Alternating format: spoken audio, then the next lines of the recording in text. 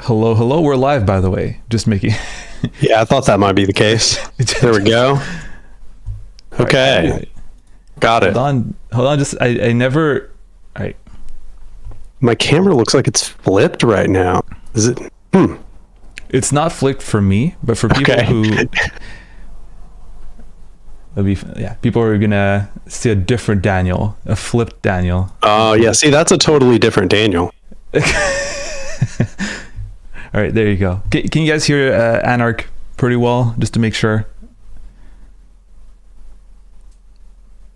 All right, a lot of people are thirsting for Anark right now. All right, there you go. Is that right? Okay, I'll take it. Yeah. I'll take it. Yeah. Yeah, there you go. People are saying they're here just for that, just to see Anark. What can I say? Your camera. I'm a sex symbol. What can I say? All right, you said a bit loud.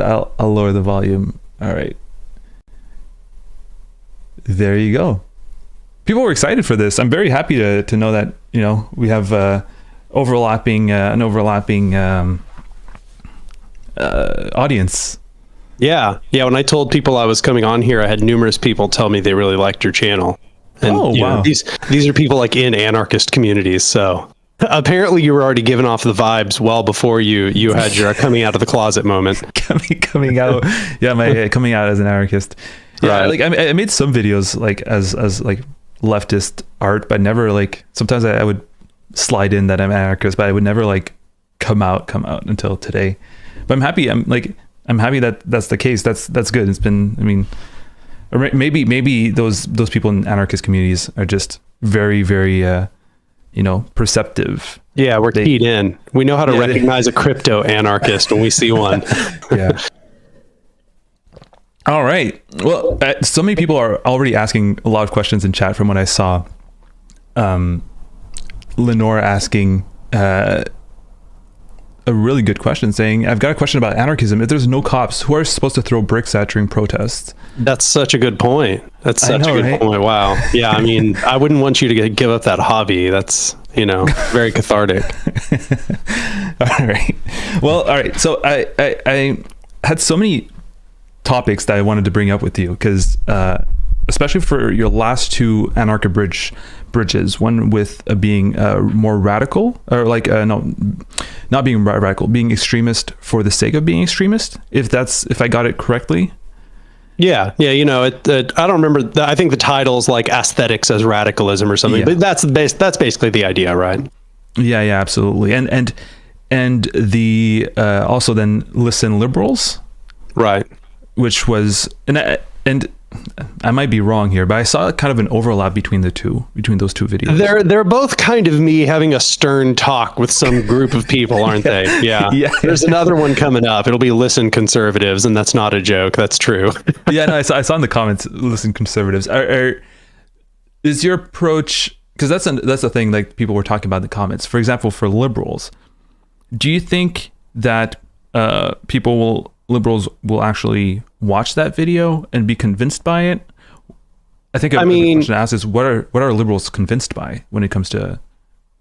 Okay, will they? I guess that depends on the algorithm, right? I don't think there's a whole lot of liberals watching my channel. It would have to get pushed outside of my echo chamber, outside of my typical audience. So maybe we'll see, like the thumbnail might drive some liberals to watch it.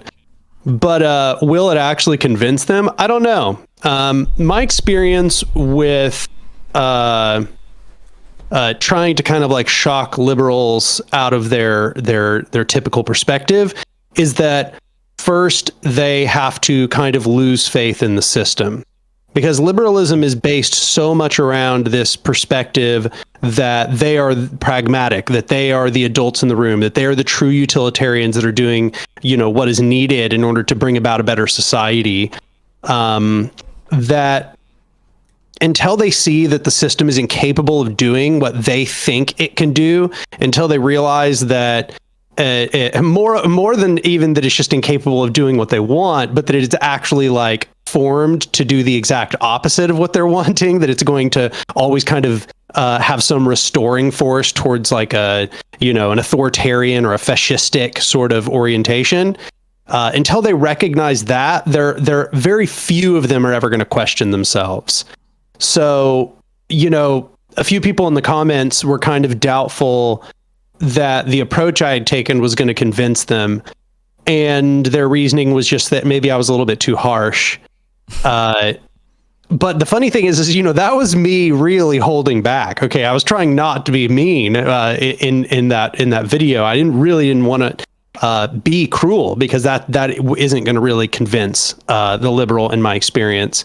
Instead, I was trying to focus on just how the system functions as it does, and kind of hopefully plant that seed of doubt in the functioning of the system, so that perhaps they could consider ideas outside of the liberal framework. So will it convince them? I don't know. What does convince a liberal? Like I said, yeah, they have to be shocked out of this viewpoint that they're the adults in the room, that the system can work. So yeah, that's generally what's worked in my experience, which can be hard. It's kind of a slow process. Yeah, and sometimes that's what I say, because when people challenge me in chat, and with either liberal answers or even conservative answers, I try to not, I know that my answer will never convince them. I don't think so. If someone writes in chat about, whatever, I know I'm not necessarily going to convince them, but I know that perhaps, just planting a seed of doubt can, in the long run, perhaps, if you say, hey, listen, liberals, the system is not going to fix this particular issue, because, for example, let's say homelessness, because it thrives on homeless population. And if liberals are well, no, what are you talking about? And they brush you aside. But perhaps as they see that the homelessness crisis keeps, is not resolved, perhaps they weren't convinced by your argument, but it's a more of an accumulation, right, of experience and of ideas that they've encountered. So I don't think it's necessarily about convincing someone on the spot. If that's how you're going about it, I don't think you'll always you'll get very doomer very, very, very, very quickly. But in terms of liberals, though, I think a lot of people come into anarchism as liberals. I don't know if you would agree with that. I would say more come in through liberalism than through conservatism, but I've been surprised to find how many came through conservatism as well. Yeah, I was more on hyper right, but I was very critical of it's there's there might be this criticism of liberalism that conservatives might have, or of more right-wing people might have, and they know that it's not the solution is not liberalism, so they might flip to anarchism, whatever. But the reason why I'm bringing up liberalism, and because Marxists will say that we're liberals, or and I know you'll have some things to say about that, that we're kind of liberals or radlibs, and there's some things about that, part of me, I don't know how to answer. Part of me is well, maybe we are, in the sense that, for example, that Emma Goldman, when she went to the USSR, she was appalled by, I think it was a Soviet higher up saying that freedom of speech is just a bourgeois myth, right? And it's she's what the hell? And being against that might be a liberal tendency of her, it reflects into liberalism, right? But I don't know how bad that is. And Rudolf Rocker, which I know you love, also mentions that there's anarchism has its roots in, or his roots, or has taken inspiration from liberalism. So how would you answer to the Marxist that says you're a rad lib? I don't think anarchism is really okay. So here, there's a lot of things I want to say, so it's hard to figure out where to start. I would say that Marxism and anarchism are just as much deriving from the liberal tradition as one another. I don't think that either of them is more or less connected to the liberal tradition, but that's because both of them sort of defined themselves explicitly in opposition to this sort of Enlightenment era representative politics, right? So kind of the ideas of all of these old Enlightenment thinkers, the liberal thinkers, as we sometimes call them, like John Locke, for example. This is he's one of the major ones. The left was a response to the failures of their ideological orientation. The belief of the liberals that in order to get all of the things they were claiming they wanted, these values of sort of like, freedom and self-determination and all of these conceptions of inherent human rights, the left wasn't necessarily coming in and saying, no, those things were, those weren't good things. We don't want those things. Instead, what they were saying was, you really just failed to bring about a society which, brought those things to fruition. The society that you advocated crushed all of those things. To the degree where, Marx himself, was an advocate for freedom. Marx was an advocate for these supposed bourgeois mythological rights. He just understood, as well as the anarchists, that capitalism and the liberal republic would never bring that about. And the thing is that they had they were less disdainful of the liberals than perhaps we are today. And maybe that's because they didn't have to dwell as long in their failures as we have now. But, they looked at the liberals and they were like, you just failed to bring about what you wanted to do. So we are creating this new tradition. And they didn't necessarily even think of it that way. Like, oh, here's our precipitous split with the liberals. But instead, they began writing in this new tradition. They began developing theory, developing critique of those thinkers and of the liberal capitalist republics which had arisen. But it should be said that they weren't so far separated that, Marx himself was not quoting, Adam Smith and Ricardo, who are considered the two founding fathers of capitalist economics. Marx directly was citing them in a way that wouldn't have even been controversial at the time. And also, liberals of the time were beginning to see some of these critiques themselves before you even had these criticisms being voiced by anarchists and early socialists, to the degree where Ricardo and Smith both kind of had some of these Marxist conceptions in them. Smith had a labor theory of value, which I won't go in too far on that just because that's kind of, theory dense. But Adam Smith had a labor theory of value. He did not have the subjective capitalist theory of value. And Ricardo supported worker cooperatives because he also had a labor theory of value. So what he was like, sure seems like workers create all wealth. So the most rational way to organize this, if we're looking at, we're supposed to distribute money to the people who contribute the most, and ownership should be about who has, fertilized this property with their labor. Sure seems like everything should be worker cooperatives. And so you had even the late capitalists, or these, I guess early capitalists, however you want to see it, themselves starting to come across some of these socialistic arguments, which were then expanded by both anarchists and Marxists. But then to further complicate this, and I think this is why I was like, dang, where do you even start on all this? So the person who is generally considered like the founding father of anarchism is Pierre-Joseph Proudhon. And Proudhon was actually an influence to Marx. So like Marx's critique of capital, like a lot of his critique came from Proudhon.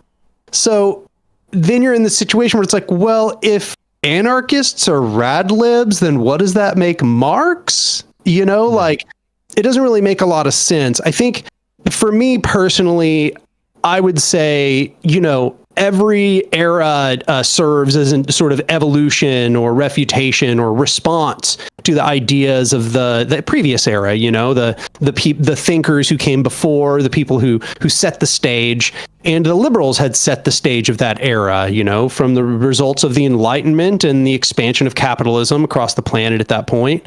And so they were a mixture of, this is true for the anarchists, the Marxists, and all the others. They were a mixture of trying to fulfill old liberal ideas and breaking with liberalism. So it's I personally I view anarchists and Marxists and the rest of the socialist milieu as having been a break with liberalism for that reason. That's my personal opinion. But as you say, numerous anarchists will make note that liberal philosophers were influential to the anarchists. Many of them very influential. Yeah, absolutely. Yeah, like for example, like I think the ideals of liberalism, like the equality and liberty, is ideals that no Marxist or anarchist can be against. It's just like maybe how to get there. It's interesting because I'm actually doing research for a video on Adam Smith, and I'm interviewing perhaps next week a scholar who wrote an article on how Smith's Wealth of Nations, which is supposed to be his magnum opus on capitalism, right? The founding text of capitalism was a rejection of the previous economic system, which was like mercantilism. And he writes at length about mercantilism, but the reason why he's advocating for free markets is because the markets at that time were monopolized by a small group of individuals who were in tandem with the government. So his whole idea is that the government right now is working for the benefit of this small, like this handful of people who get to monopolize the economy and can do whatever they want with it, which is restricting people's freedoms in a way. There's it's not to say that like Adam Smith was like a great leftist and all that, but there to put it in context, he wasn't evil. He wasn't evil in advocating for free markets. He was actually rejecting like a previous system that was like contributing to the concentration of power within the hands of a few. And like what we're seeing is that free markets, well, actually they're doing the same. But how could he have known in the 1700s? And the whole idea is that if we can read Wealth of Nations in that context, perhaps we can actually develop a critical eye of capitalism, because it's basically doing the same thing as mercantilism is doing back then, right? And like also liberals at that time were radicals, were extremely radical, as you said. Maybe less now, because now it's the what everybody, I think a majority of the population is. Would you say that, because you said it's easier to take a liberal and make him and convince him into anarchism, but would you say that, for example, like, because like your next video, and I don't want to spoil your next video for everyone about listen conservatives, right? But for your next video on for conservatives, will you be more rough? Will you be, what are you're going to be like, you're talking, what do you think is good points to talk anarchism with a conservative? Well, okay. So just as kind of on the, I don't know what Democrat voting liberals, I'm using a United States context here. Yeah. You've got a few different kinds of people in that coalition, right? Well, the conservatives also have a few different kinds of people in their coalition, right? So they have people that are more like ANCAPs, or what we might call like American libertarians, where, they want the state to be so small they can drown it in the bathtub, as it was famously said. And then you've got just like outright fascists, people who just want the state to be as powerful as possible, to create a national unity, extreme militaristic tendencies, the desire to dominate the globe and to create normalization and to police the boundaries with violence and all of that. Those people are not candidates for conversion. I mean, on a long enough timeline, who knows what could happen, but they are not a target audience for propaganda, right? Yeah. But the ones who are kind of like these naive, like, don't tread on me, not in my backyard, like these sorts of people, I mean, I make fun of them with what I just said, but they're actually a lot more, possible to move over to an anarchist or really any radical left perspective, because they at least kind of have some fundamental underlying understanding that they don't like people intervening in their lives and restricting their freedom, right? They just have no understanding of what a world would look like which encouraged their freedom. They think that a world that encouraged their freedom would just be them like living in a shack in the middle of nowhere and no one bothers them. They have what you might call a negative conception of freedom. Freedom means don't tread on me. Whereas the anarchist conception of freedom is a positive conception of freedom. What are you actually able to do? What are the array of things that you are able to do? In what way are your powers embodied really in the world? And when you ask that question, what is a positive freedom? How do you bring about a positive freedom? You see that is embodied in community and solidarity and building structures of cooperation with one another. In which case, that is really the big thing. That's the big hurdle that you have to overcome with the conservative. You are not stronger when you are isolated. You are stronger when you are bound together with a community. You are stronger when you do not seek, that you are not aggrieved with people who are different, that you try to find out what the unifying factors are between you and them.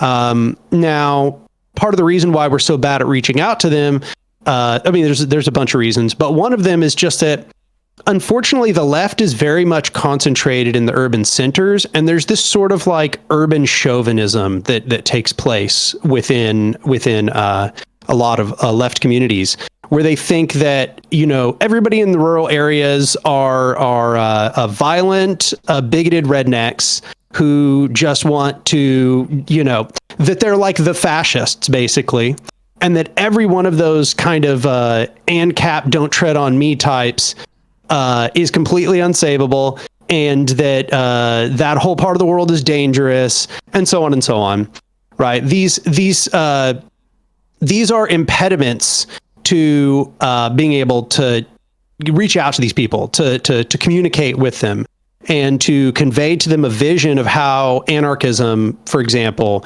is actually within their best interests. But here's what I'll say. It's a different kind of path than convincing the liberal. I guess I'll just say ANCAP or libertarian. I'll just use that word. People are probably more familiar with it. Convincing the libertarian is nothing like convincing the liberal. The libertarian already knows the system is failing. Yeah. Okay. They already know the state sucks. They often even kind of hate the big corporations. I mean, especially as these rural areas are becoming more and more pervaded by huge companies like Monsanto and stuff. Now, they weirdly still revere all of these key figures, the top, like the CEOs and everything. But what you have to do with them is you have to help them understand that capitalism is also an exploitative force, that the misery, the poverty of the places they live is because capitalism and the state work together, and that capitalism without the state would just recreate the state. That the problem is that people keep wanting to build systems that rank people one above another, and that when you are agent in that, you are helping them exploit you. So that's part of the messaging that has to happen. And I've actually been shocked with how well that kind of rhetoric can connect directly to a lot of people who kind of have that more, I guess you'd say, American libertarian perspective. So I don't know. Is that an answer to the question? I actually really agree. I feel like the between liberals and conservatives, that's like the, and when you say conservatives, I agree with you, like in the sense that it's more libertarian. I think liberals, it's saying, yeah, the system is failing. Like we share the same goals. I think someone in chat said, hey, anarchism doesn't sound as radical because like the goals are basically the goals that we strive for today. It's just saying that it's they had a difficulty seeing it applied, and maybe we can come back to that later. They wanted examples and stuff like that. But yeah, it's like the value's already there. It's great. For conservatives, well, I do think conservatives also want community. and there's like this value of community, the church. I don't know how religious you are, but like the church is like, you know, their center, like the community, and it's very valuable, not only for the religious like element to it, but the community element to it. And they're very, at least like, we're painting with broad strokes here, but a lot of conservatives are very often very socially aware in the sense of like, you know, conforming to, you know, dress codes, for example, just like conforming to social norms. There's this idea of community that I believe is really strong in conservatives, and even the libertarian types. And I do believe, and that's like that's a speech that I've given chat like 5 times perhaps, but saying like, if you understand the authority of the government, like the authority of the boss should be so much more easily understandable. Like your boss has so much more say in your life and how to live your life than the government does. Like the government does have a say in your life, but your boss can tell you what to wear. Like 8 hours a day, 5 days a week, can tell you what to wear, can tell you when to smile, can tell you when, like what exact words you must say, you know, depending, like if you work, I work mostly as in retail. So it's like, all right, you got to wear this. You got to smile. You got to smile a bit more, right? Like you don't want people to think that you're not happy here. Oh, you got to say these words. All right, you got to talk about this promotion. And it's like, this person is your personal dictator, right? 40 hours a day, 50 some, you know, depending on how many weeks of vacation you have, a year, and perhaps for the next 40 years will be your personal dictator. And you're afraid of the authority of the state. Some employers will look at like what you post on social media to make sure like that you're not, you know, like, I don't know. Anyway, all of that to say, like, I'm much more afraid of the authority of the boss than the authority of the state. And I feel like conveying that, it's not a fear, but conveying that is for the conservative, I believe, is the most, just showing like, yeah, there's authority there, but a lot of people see it as normal. But I think just pushing that, you know, saying it isn't normal, it doesn't have to be normalized, at least for conservatives. I'm a very big fan of I think conservatives can be allies. I don't know if you're as positive as I am. I think sometimes like even conservatives might be better than liberals in that sense. So you face different problems, right? So the thing is that if you can convince dang. Okay. Once again, like where do I start? So I'll just start by saying, if you convince the liberal, you've still got all of this annoying stuff where they're probably going to go through a phase where they're just like a social democrat and they're like going to become a Bernie progressive. And then maybe even after that, they're going to become some kind of statist, and maybe they'll like want like state socialism and nationalization of industry. And then, you know, like there's sometimes a long path in that. With conservatives, they might get straight to this sort of like, yeah, screw the government, screw the workplace, but I still hate black people, you know, but I still do think women should, you know, cover up and do what men say, you know, like I still do hate the gays, you know, like that's the problem is you have all these like ingrained bigotries. And that's of course not to say that every single person who just like votes Republican is like a bigot. I've met people that aren't, you know, or don't get me wrong, voting Republican is a pretty bigoted thing to do, but you know, like they're not interpersonally cruel to those kinds of people. But I'm sad to say it, that's a pretty uncommon affair. Most of the time they've got one or another of these kind of bigoted viewpoints, and those can be really hard to root out and get rid of. And it's not to say that it's not possible by any means, like it totally is possible. But that's the struggle you face, right? The liberal is going to cling to systems of power for a lot longer, but they'll probably not hate people that are different, that have different identities from them. Yeah. They'll value, you know, multiculturalism and so on. Whereas the conservative might be way faster to side against systems of power, but they're like, first of all, they're not even going to notice that like white supremacy is a power structure, right? Yeah. Patriarchy is a power structure. You know, like these things have structures behind them, and that's one of the hard parts for them. That is not nearly as legible to them a lot of the time. And getting through that and also confronting their own interpersonal biases can often be one of the big challenges. So I actually, the way I look at it is there's challenges for both. I think that maybe we should I don't think we should stop trying to convince liberals, but I do think that we should stop pretending that it's only liberals that we could convince. And once again, I'll just make the note, like, if they're just full on fascists, I mean, they've just given in to like, I will march lockstep in a war to kill other kinds of people, right? Like there's on a long enough timeline, they might come around, and that totally does happen, especially if they do it when they're young. But like, if you're talking to a 40-year-old man that has like a swastika tattoo, that's not your target audience, right? That's a bit more rough. Yeah, I do think a lot of young people might be memeing that way. Like my personal experience is I was not that I was memeing that way, but I was consuming content that way when I was through YouTube, and I feel like it very often it's not necessarily like an ardent like I will tattoo it on my shoulder, but it's more like of a casual kind of I watched that streamer or I watched that content creator, and I agree with him, but like without the necessarily the necessary engagement to tattoo it, right? But like to go back to like the conservatives like who are bigoted, like to root it out, it is rough, but I do think a good way to root it out is because it's in terms of proximity, it can help. For example, I hated feminists, these those pesky feminists that like YouTube told me to hate, and it's only through anarchism. Or through getting through anarchist circles, and I was an anarchist, and I was an anti-feminist anarchist, believe it or not. The transition didn't transition didn't go as over a day, right? But it's through like proximity, because very often, when you're bigoted, you have a mental picture of the other that is completely skewed from reality.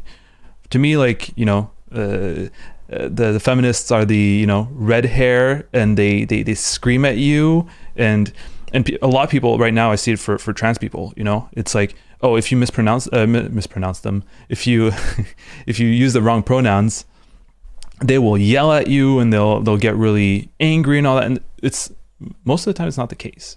Like people will just say like, oh, just my pronouns are actually this. And that like it'll end there. And I think proximity can help. And it's true. Like, for example, for me, it helped.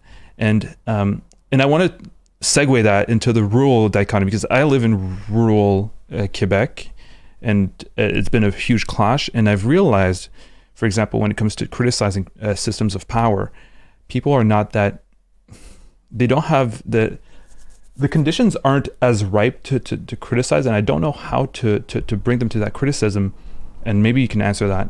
Because I know Tulsa is a city, right? In which state is Tulsa? I think it's more of a it's in the state of Oklahoma, which I feel like is more like it's rural, much state, more rural, right? yes. Yeah. Tulsa is not rural. Tulsa is a major metropolitan city, but it is a much more rural state in a general sense.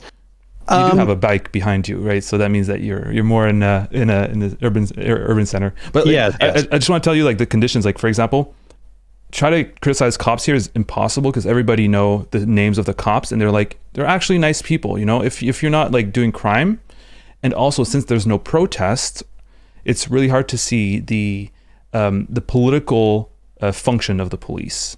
When you go to a protest, the political function of the police is in your face. Sometimes quite literally, like in your eyes or in your lungs.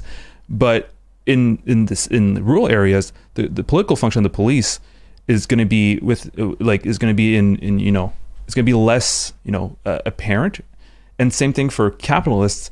Very often, at least depending on how rural you are, here it's pretty rural, everybody knows their boss. Yeah. And some people, like, what do you mean to kill all the store owners? Joe's a great guy. I mean, his hardware store is fantastic. So the same way, all right, I don't want to put an equivalency here, but like the same way, like, for example, proximity to marginalized people will make you understand and like actually be more willing to like, to listen to them. There's also a proximity to systems of power. Yes. I don't know if it's proximity is the right word, but that makes you more it makes them more personalized in a way. I don't know. Like how would you go about someone who says, I know the bosses here are amazing. The comps, I know them by their names. They help bring the groceries of my grandma in the house or whatever, those kinds of things. And it's true. They do that. Right. And how do you confront that? Well, okay. So there's a few things I would say. If I were just like directly answering the last question, I would probably start with less invective, negative rhetoric, which is to say, spend less time talking about how much you hate the capitalists and the cops and the state. Spend more time talking about the way you think things should be. And that is to say, I found that a very good vector for discussion that pretty much just works with anyone and everyone, and it's a very safe vector for discussion, is when you start talking about the workplace, don't talk about how much you hate the boss. Talk about basically that it should be a worker cooperative, right? Basically, like, you don't have to call it a worker cooperative, but just explain the vision of a worker cooperative to them. Do you really think X should have been making that decision? I mean, it kind of seems like all of us should be making a little more wages. I wish we just all had control over our workplace. Wouldn't it be great if as we worked, we all got a stake in the workplace and we had like a, we got profits as we provided more labor and that kind of thing. And, some people are going to be like hardline in defending the capitalist perspective about private property.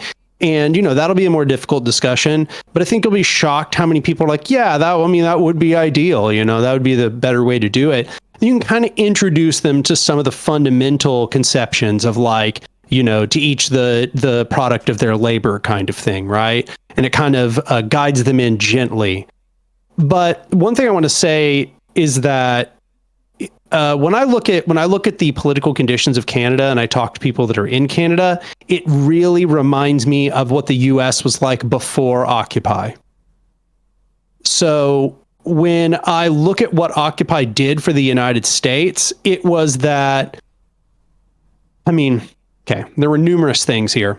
One was, as you said, it provided a situation where you were being confronted with the political nature of all of these power structures. That when the cop is out there and it's beating somebody that because you've been organizing with them, or they're pepper spraying you, or whatever it is, and all you're trying to do is protest like an inequity in society, something that absolutely should be changed, that is an extremely radicalizing event. And as more and more people see it, it's actually more radicalizing for them by proxy as well. Some people are going to go, you deserved it, you shouldn't have done illegal protest. But some people are going to see it and be like, yo, I agree with what they're saying. I can't believe they're beating them with riot batons. That's screwed up. Like that is a radicalizing process. Furthermore, a mass movement like Occupy popularized more radical rhetoric. So it created this language of the 99% versus the 1%. Previous to that, that was just language being used by Howard Zinn in A People's History of the United States. And that popularization of that rhetoric got people, it created a sort of embryonic class consciousness that there are many, many, many of us, and there are very, very few of them. Why do they have all the power? How does that make any sense? And that was another one of those aspects. So what I would say in a general sense is that if I were trying to convince people in rural areas that capitalism is bad and I were to be using negative rhetoric, I wouldn't be focusing on all kinds of businesses. The conversation will end up there at some point because it'll bring up small businesses. But I would focus on like the mega conglomerates that I imagine are buying up huge plots of land in the rural area that you're in. Mm-hmm. The huge farming companies that are monopolizing all of the supply chains, and where, you like that, that farmer down the street you think runs a good small farm, and you hate how you heard that Tyson just bought up his entire operation. Well, maybe have a conversation about Tyson, and that's just an example here in the United States, Tyson, Monsanto, and they're buying up. Who's Tyson? And why does Tyson Anark hate Tyson so much? It's a food manufacturer. They're a food producer, and mostly they're known for producing chicken. So they buy up a lot of chicken farms here. All right. It's not just a random guy that Anark just has No. Tyson's the name of a really big company. Yeah.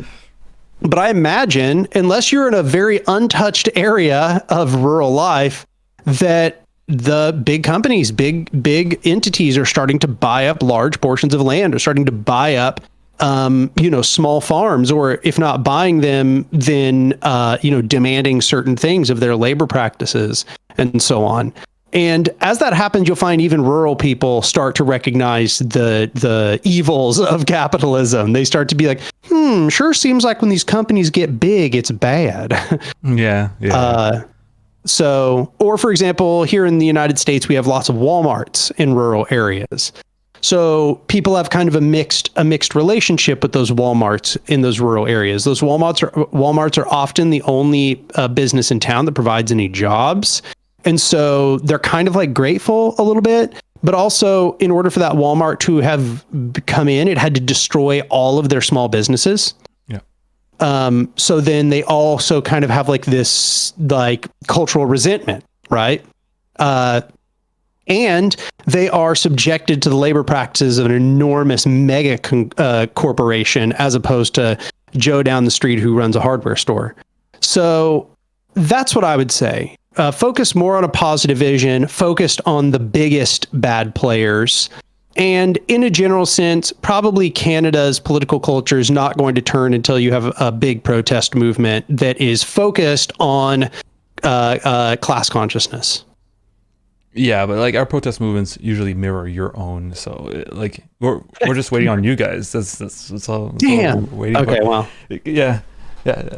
All our faith is in you. But yeah, like for example, I'm in a very, very isolated. There's no farms here. The closest Walmart is like 6 hours away. So there's not these big corporations.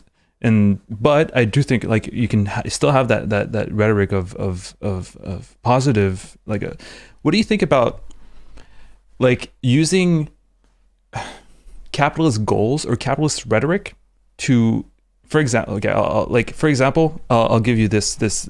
I convinced my brother. I shouldn't have said my brother. Someone in my family who's like very capitalist, right? Who's like extremely capitalist, but like, and telling him like, yeah, cooperatives can be actually pretty good.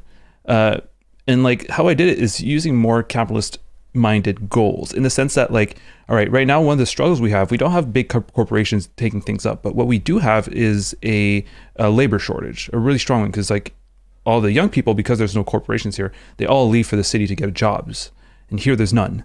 And aside from like some YouTuber somewhere in one of the houses apparently, but aside from that, it's all people who are retired. So when it comes to like, you know, the grocery store or the hardware store and all that, they have a very like a shortage of labor. And how do you deal with that when, you know, it's a really hard thing to deal with? And I told him an example of things that you can do is worker cooperatives is going to develop a loyalty and is going to develop an incentive for people to work for that store, right? And it will be an incentive not only to work there, but to stay there and be more involved and be more productive. And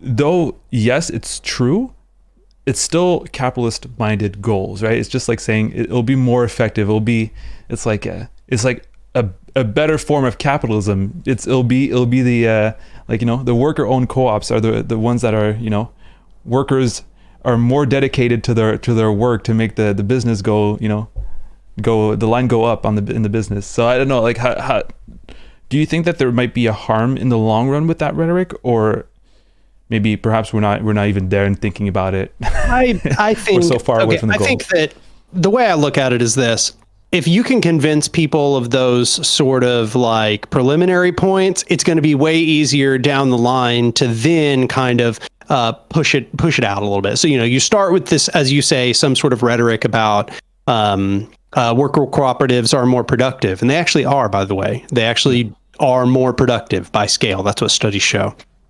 And you can start there, and then, you know, to a capitalist, that's appealing. Oh, they're more productive. I like productivity. I think productivity is good. But the underlying point that they're really accepting is cooperation is more powerful than hierarchical control, right? That actually horizontalizing these systems does the good things you just noted, right?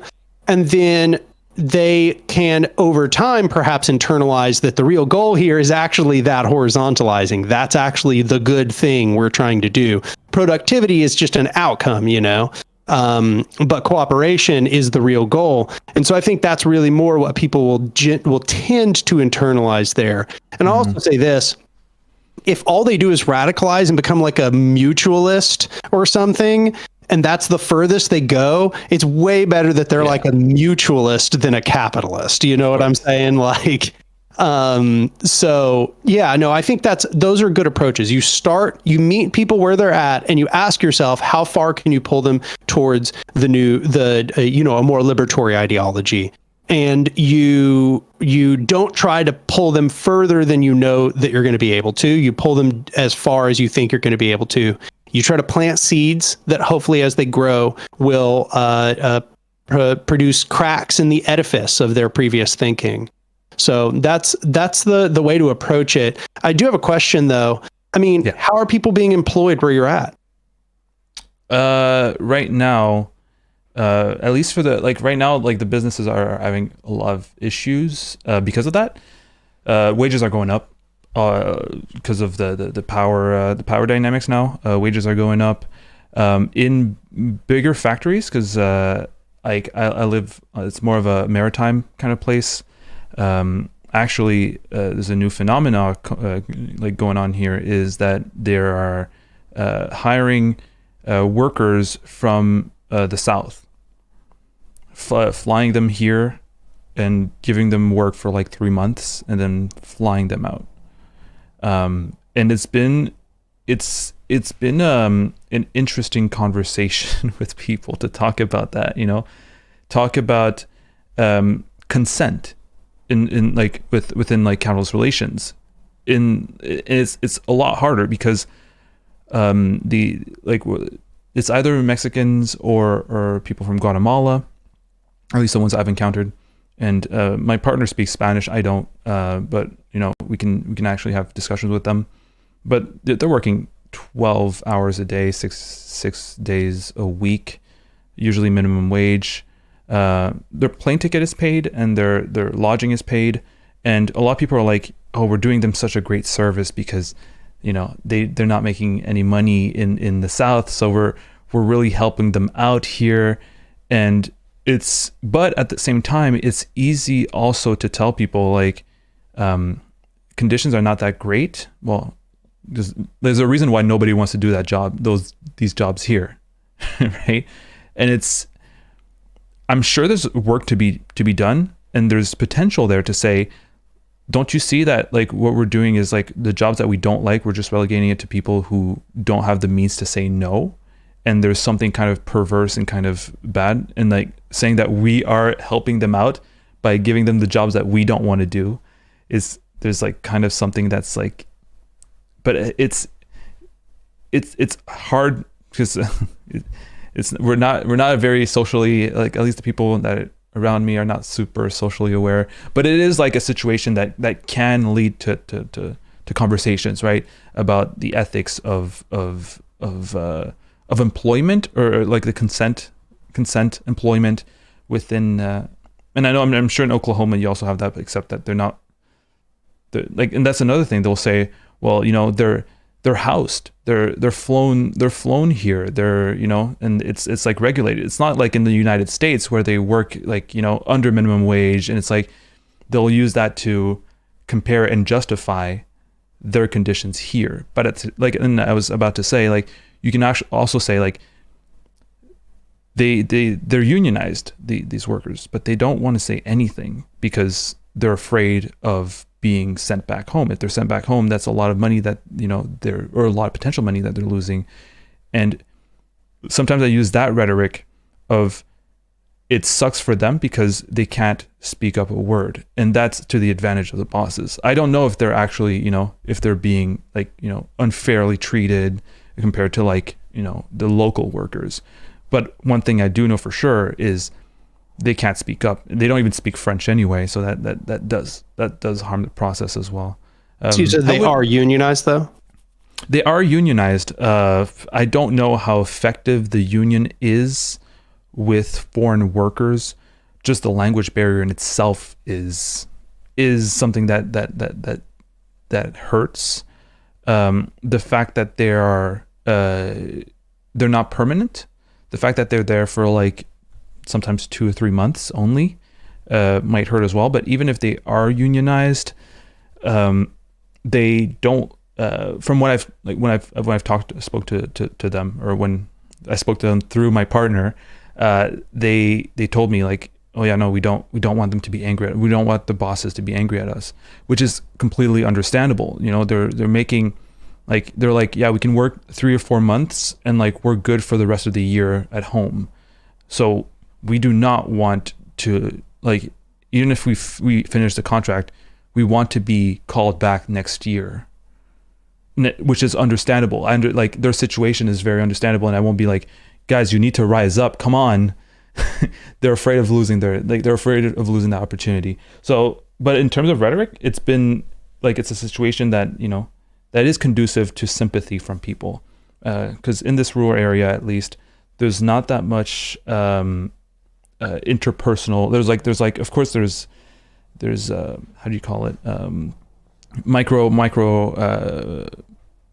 aggressions. Like microaggressions.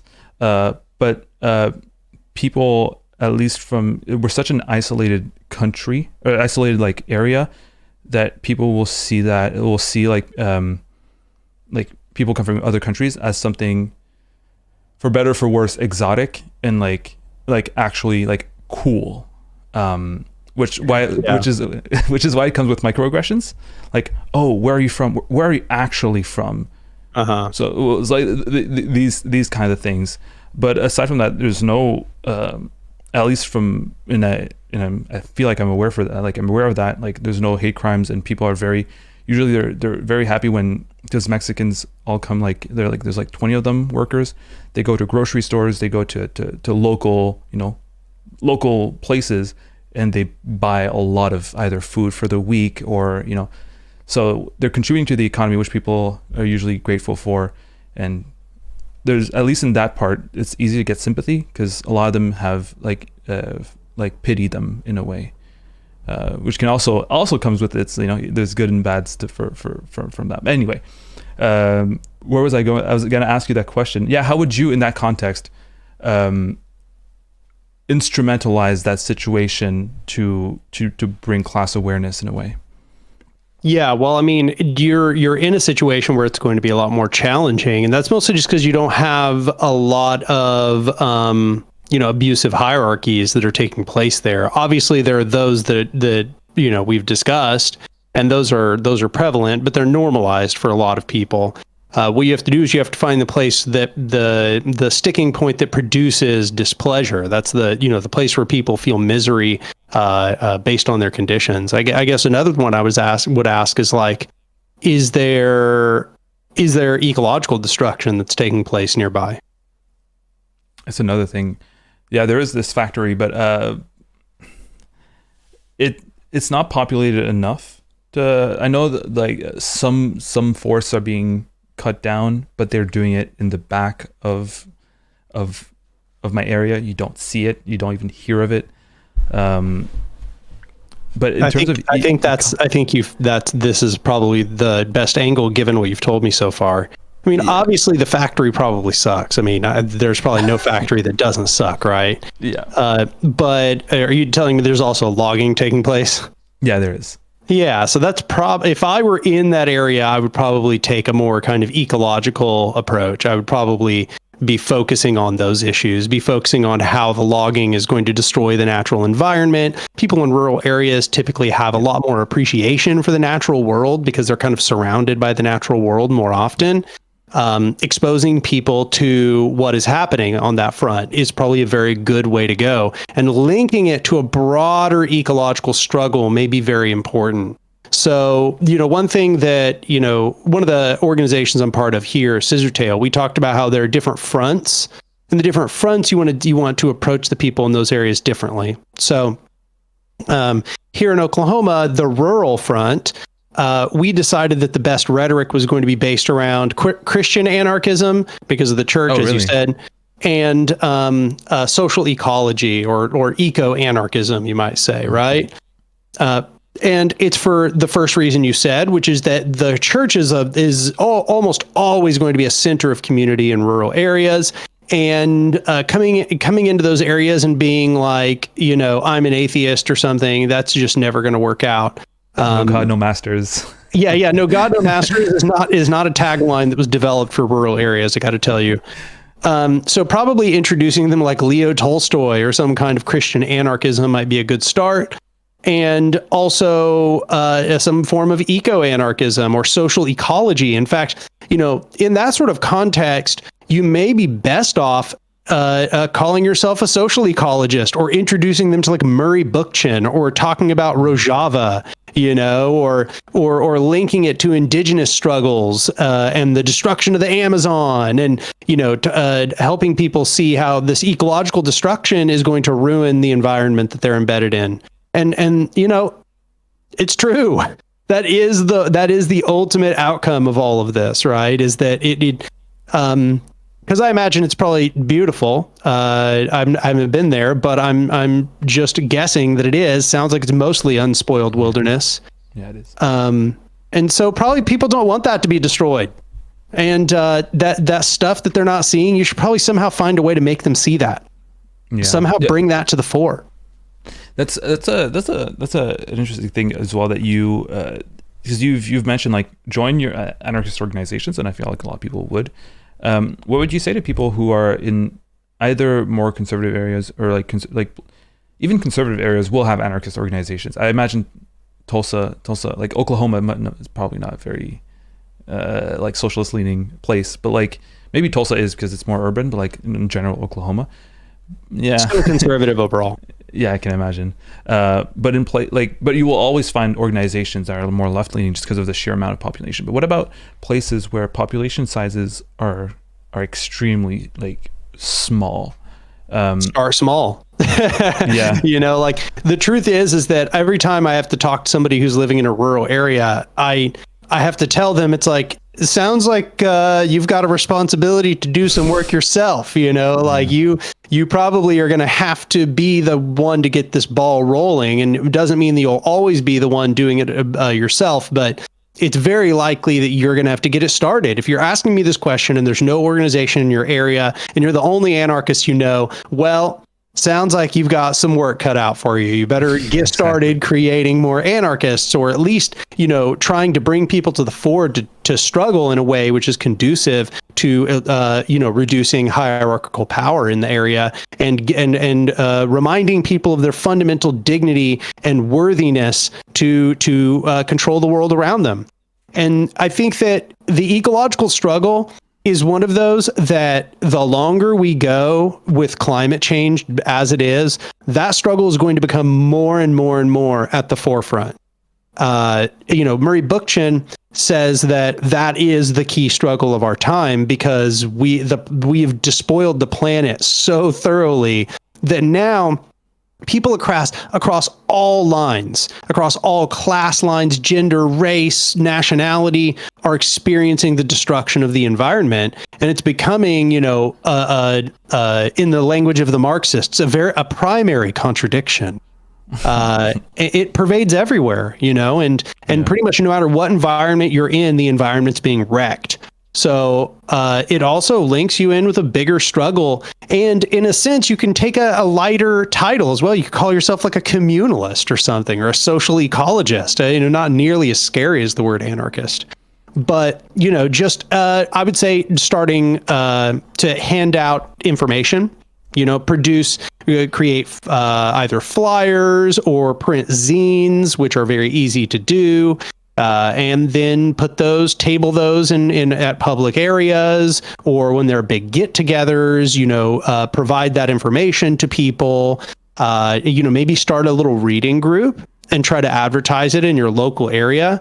One thing I've often said to people is that even in small areas, even in like exurban or rural areas, you may not be the only anarchist. You may not be the only left radical in your area. In fact, it's funny because I have a friend who lives in a little town about an hour from where I'm at, which is kind of ex-urban, almost rural, and it's called Bartlesville. And he's an anarchist, and he has been since I've known him for a very long time. And he didn't think there were any other ones there. And I was like, well, okay, you know, and kind of gave him some of the similar advice. But then out of nowhere, somebody contacts us on Scissortail's Instagram DMs, and there are 3 of them there in Bartlesville, and they're all anarchists. And they say, I don't know of any other anarchists in Bartlesville.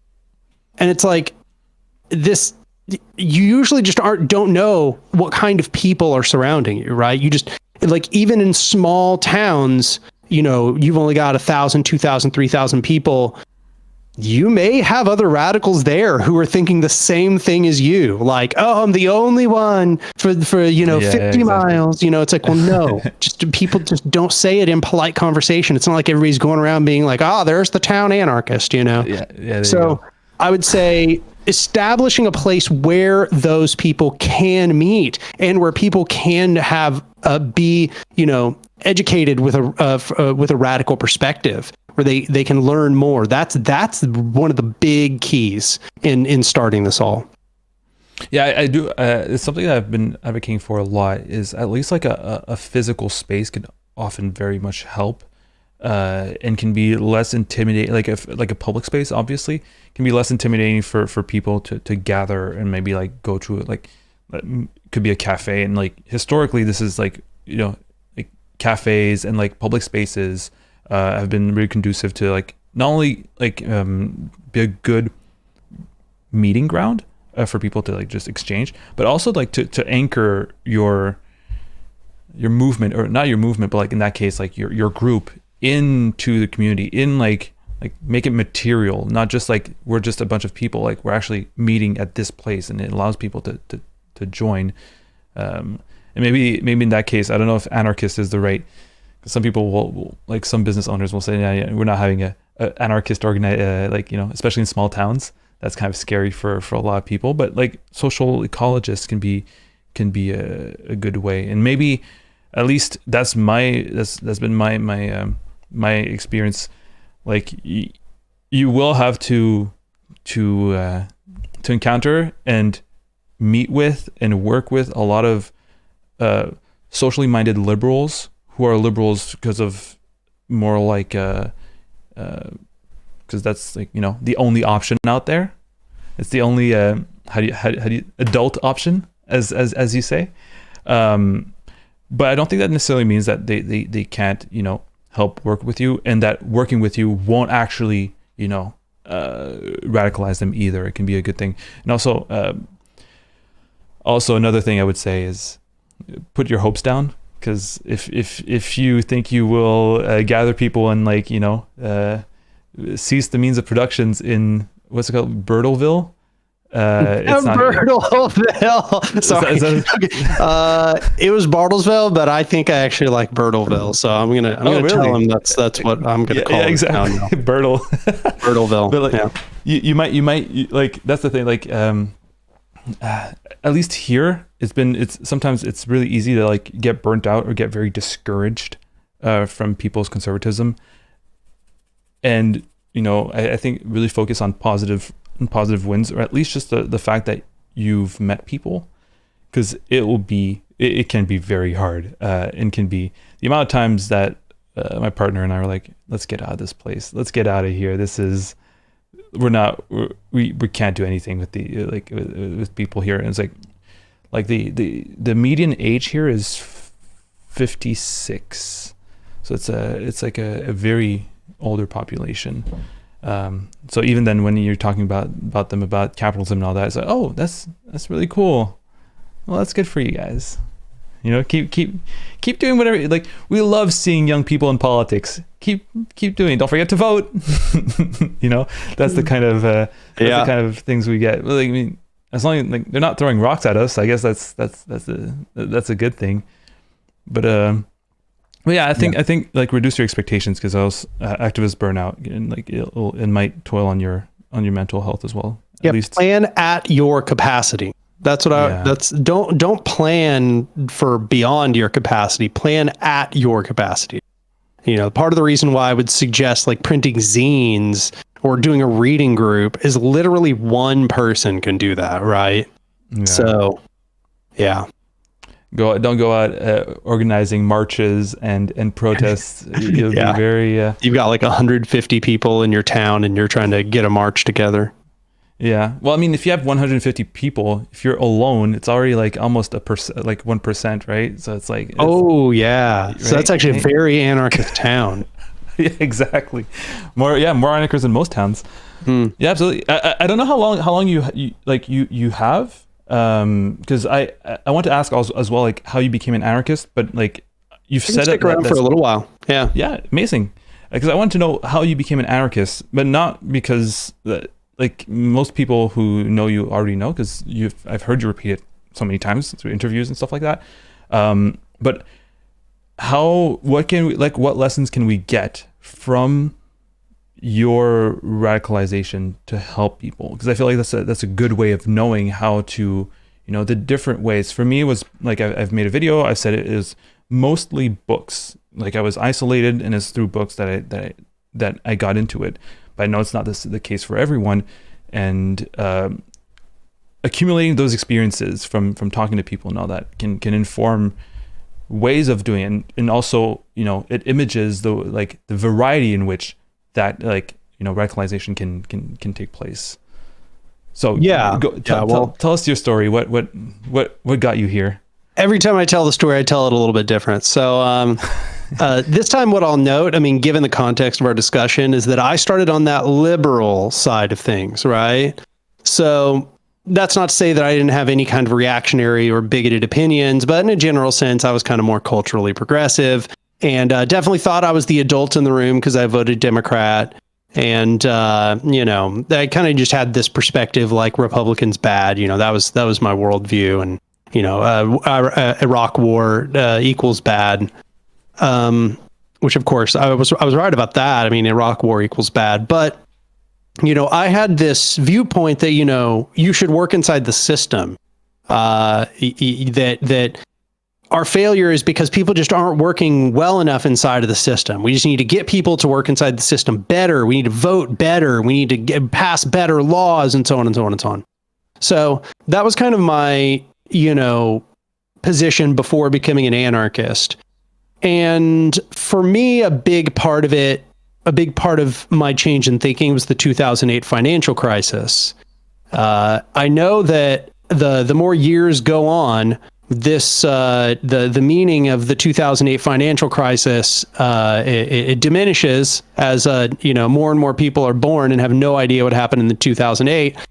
But in 2008, there was a global financial collapse where the global economy didn't fully collapse, but in a bunch of countries, it did. And that was due to the United States and the way that we had arranged our financial system. And it was largely due to the enormous banks and credit agencies lobbying our government until they deregulated them, and then blowing up the whole economy a few decades later. And for me, that was that was a shock to the system. And I think one of the big parts of it, I watched a very important event was this documentary called Inside Job, which I would recommend to anybody here on stream. If you're interested in what happened with the 2008 financial crisis, you should watch the documentary Inside Job, which is really good, still stands up really well. But what I learned in Inside Job is that the deregulation that allowed the 2008 financial crisis to take place happened under Bill Clinton. And that was very confusing for a vote Democrat liberal, right? I was looking around and everything was screwed up, and the economy was crashing, and my dad's pension was getting cut. And the fact that a Democratic president did that, I mean, it just kind of put a crack in that edifice, as we had said, well, now I kind of feel doubt. It's like, is just voting Democrat good enough? I mean, I still vote Democrat, but oh man, it's bigger than that. Wow, there's something something at play behind the scenes here, something bigger than the two parties. Seems like both parties are complicit. And then in 2011 came Occupy Wall Street. Well, by the time that had come around, I was already moving towards a more radical perspective. When I was young, I was like a little more skeptical of the system than most. But as I said, as I just kind of recounted, I still was a vote Democrat, liberal sort of. But by the time 2011 came around, between 2008 and 2011, I had started to kind of have some really significant questions. And I was probably, I would say, something more like a social democrat by that point. Which for people here on stream that maybe aren't familiar, a social democrat would be like, Sweden or Netherlands or Switzerland or something. We want lots of really great welfare programs, regulations on corporations, and so on. So I was kind of around to that by that point. So then during the Occupy Wall Street, I began learning about all these different ideologies: socialism, communism, anarchism. I learned about Karl Marx. That's actually where I got my earliest education on leftism, learned about Karl Marx during Occupy. But I also started listening to Noam Chomsky, and I read A People's History of the United States by Howard Zinn. And this introduced the word anarchism, or introduced the real meaning of anarchism into my language. Specifically, I became interested in anarcho-syndicalism, and that actually lasted a long time. I actually continued calling myself an anarcho-syndicalist until relatively recently, maybe only a few years ago. And then I got interested in Rudolf Rocker. And through this period of time, I still wasn't maybe always calling myself an anarchist. I probably started to call myself I was starting to call myself like a socialist or a progressive, right? But I also started kind of being more specific with people who were interested in saying, I'm an anarcho-syndicalist. Now, I'll say now, looking back, I don't think I really fully understood what an anarcho-syndicalist was and what that entailed. But Noam Chomsky was an anarcho-syndicalist. Rudolf Rocker was an anarcho-syndicalist. And I started to become just kind of more interested, generally about what anarchism is and learning more about anarcho-syndicalism. And I would say I kind of persisted in something very similar to this until just around maybe 2015 or so, around the time Bernie was coming on the scene. And then I started getting into lots of arguments online. And it became necessary that I actually started kind of educating myself and actually knowing what I was talking about beyond knowing like the Karl Marx. Like I knew mostly Marxism, but I knew a little bit of anarchism and anarcho-syndicalism. And I was like, okay, cool. So this is where I'm at, But then I started to become really educated. I started to read more theory. And eventually I created the channel Anark, which, so I'm here, I guess. But, I created the channel. And when I did, I really felt like I had to devote myself to knowing what I was talking about. If I was going to make a contention, I wanted to be able to point my finger to where that contention rooted from and that other people had thought the same thing. So I started reading so much theory between then and now. I've just lost count of how much I've read. I've read things and forgotten them, But I think that in answering the question a little more directly, why did I kind of tend towards anarchism? Well, because I started to look at all of the commonalities of what was going wrong. I looked at every single system that I thought was the problem, and I noticed there was a commonality between all of them, and that is that they were all hierarchical power structures, and that any place that anything inspirational seemed to be taking place, anything that actually gave me a reason to hope for the future, it was a bottom-up impulse. It was an impulse wherein the people shared power together, wherein they held horizontal power.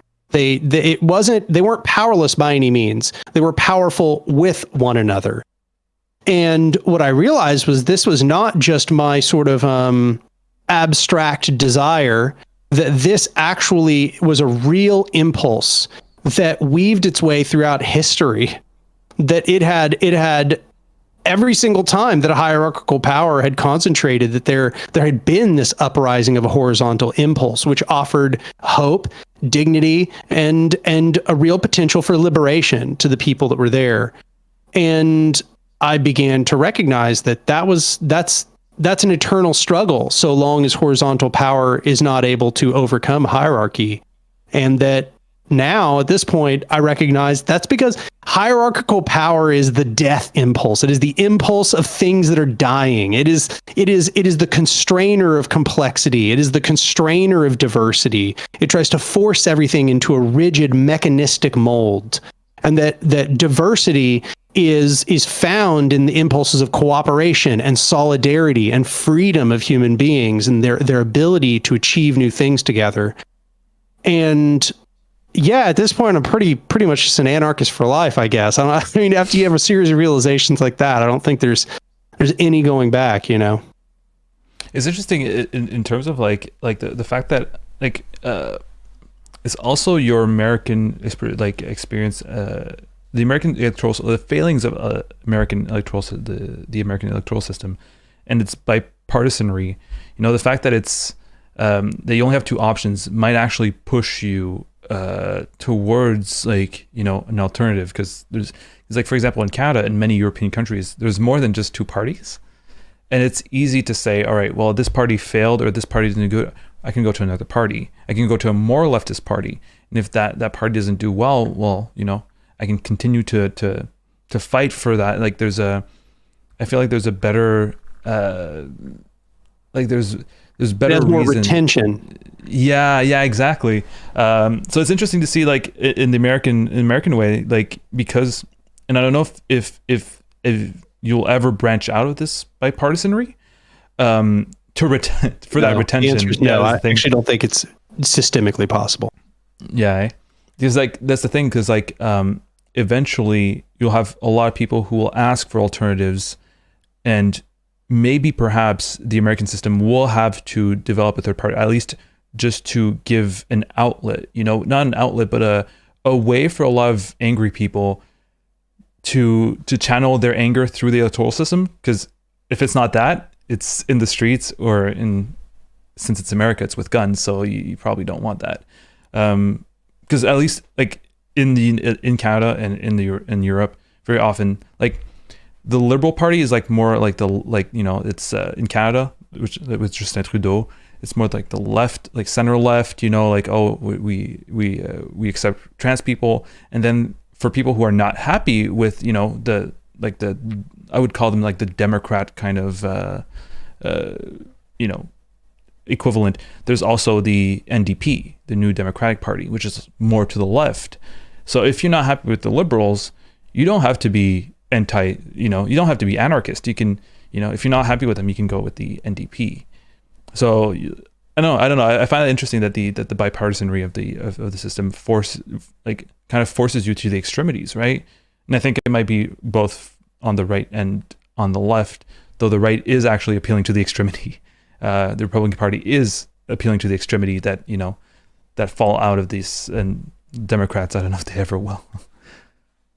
Yeah, no, I think you're right to some degree. I think that the fact, and that's because, Canada's a parliament. That's a big difference. When you have a parliament, the mechanisms of power are very different. Mm-hmm. When you have a Congress like we do, you're never going to get a third party. If the third party exists for long enough that it threatens one of the other parties, it will just consume that party. And that's because of more than one reason. One is there are no coalition governments. That doesn't happen. Parties don't combine together to govern together. We elect our president directly. So the parliament doesn't, get together and then determine the president. And there is no way that the president, works through way of that coalition government. Number two is we have a first past the post system. That's a huge problem.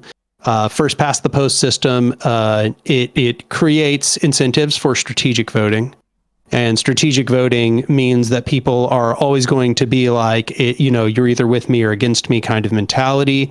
because they don't want to risk making the competitor to their enemy lose. So they're never going to support a third party in that sense. That could kind of probably be fixed with ranked choice, but even in places where there are third parties, they're very weak, and they pretty much always just siphon votes off of the Democrats. So the Democrats just see them as a threat and want to destroy them. Yeah, there's just a lot of reasons why here in the United States, we're never going to have a functional third party. As soon as we got a functional third party, it would eat one of the other parties, or vice versa. One of the other parties would eat it. But so we'd have to change our constitution to change that probably. And I doubt that's going to happen. We'll sooner fall into fascism than change our constitution. Yeah, for sure. I'm actually, I don't know what you think about that. I'm reading Animal Farm right now. Well, I finished reading it to make a video on it, and how I think it's actually like, because I've seen people say it's not actually socialist, it's anti-communist, and I don't think it is. No, it's definitely socialist, and it is not anti-communist. Yeah, exactly. And there's the whole, they're writing on the walls the 7 commandments. And it made me think a lot, like the fact that it's so rigid and in stone, and the fact that you can interpret it in different ways. I was thinking, would you say that, for example, with the American, like the Constitution and all that, is there an authoritarian element to the fact, or at least a hierarchical element to the fact that it's so unshakable in its I don't want to say its authority, but in its, in its way of being? For example, the 7 commandments, they're not discussed. They're not flexible, right? They're there, and if like the powers can just reinterpret them, and we see that with the Constitution as well. Is there an authoritarian element to the fact that it's not flexible, to the fact that they're not, that your amendments in the Constitution are not flexible? Or is it just, we can amend the Constitution. It is flexible in that sense, but it just doesn't really get amended these days. And part of that is because the only ways that you can amend it are like, you have to have like 2/3 of our entire representative system agreeing. That is to say 2/3 of the state have to agree to do it. So that's very uncommon. Or you have to have what's called a constitutional convention, which I don't think has ever happened. Maybe it's happened once. I don't remember, back in the really early days. But a constitutional convention is also very difficult to bring into existence. So it doesn't get amended very often, especially given that both parties are constantly just fighting over territory, and they would never be able to get together and agree. 2/3 of them couldn't agree to change the Constitution in any given way. It being inflexible certainly is one aspect of it, but I think that really the worst part of it is, it wouldn't be better if they were able to just change it at a whim, because they would just now have this very flexible instrument for their authoritarianism.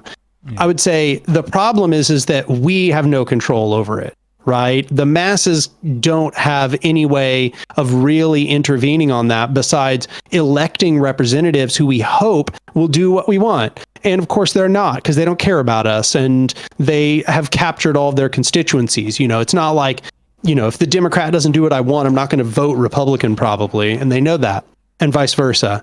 So it basically means that when I elect somebody, they have no reason to listen to anything I want. Therefore, I basically have no power over anything as a voter.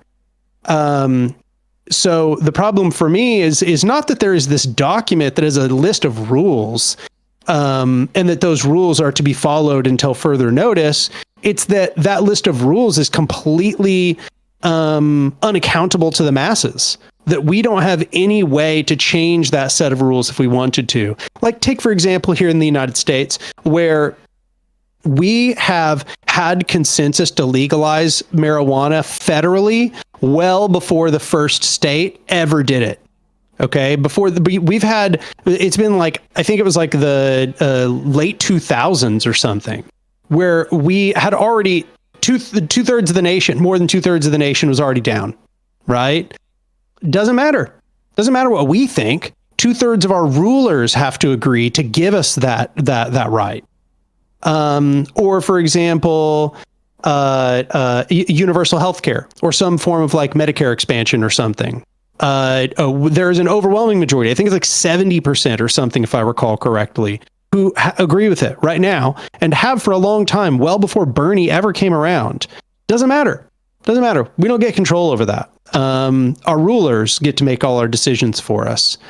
So yeah, that's the real problem in my mind. It's not that there's some list of rules. It's those list of rules are completely unable to be edited or changed by the very people that set of rules is meant to bear on. Yeah, absolutely. The way I was thinking was authoritarian is in the sense that it does like take away some, like even some powers for the people that you elect, but at the same time, like the people you elect, we both agree on the fact that they're not necessarily like, no matter what, like they can interpret it any way they want. I think that's what you see in Orwell as well. And you don't even choose who gets to interpret them, or like the rules and all that. But yeah, no, it's something I keep thinking about. I'm trying to find all the authoritarian elements in Orwell's book, and all the socialist elements as well, where he's actually praising socialism. And that was one that came up to mind. And we're talking about the American system perhaps pushing you towards radicalization. Do you think your path to becoming anarchist would have been radically different had you been, let's say, a Canadian? I mean, obviously, that's such a wild counterfactual. Yeah. I can't know the answer to a question like that.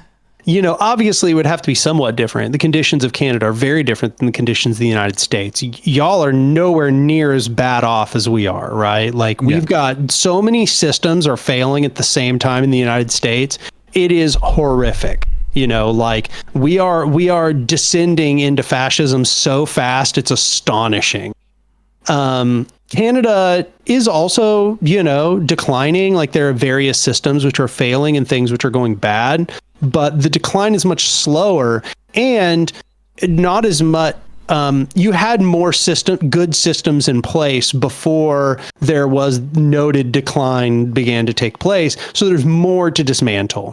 Whereas here in the United States, the most we ever got was the New Deal, and that was in like the 1940s, right? So like they've been trying to dismantle the New Deal for so long that by the time I'm born in the 1980s, you know, I'm born into a society that already kind of sucks, and they've taken away so much of even those programs by FDR and the progressives at the time. Whereas there in Canada, y'all have maintained a lot of those, you know, early gains that took place a long time ago. You haven't let as many of them degrade and fall apart. And I think that's partially because, you know, Canada wasn't at the helm of hegemonic power across the planet. You know, it wasn't the imperial aggressor of the planet, the exploiter and extractor of entire nations. And so wasn't driven to exploit its own people nearly as fast. However, its proximity to those things is indeed driving its decline, right? And I think as your social programs decline, as you allow more and more of your you know, wilderness to be destroyed for these projects, as you know, as these processes take place, people will become more miserable. I mean, it's terrible to say, but unfortunately, that's how change often happens. The system just has to demonstrate its inherent tendency towards failure. And so, yeah, it probably wouldn't have taken place in a similar way if I were there in Canada. But when I look at Canada from afar, I think that one of the biggest, I think one of the key aspects of exploitation is the exploitation of the Indigenous people there in Canada. I think that's one of the things that's extremely notable to me. And it's also notable to me that there doesn't seem to be a very strong public consciousness about that fact.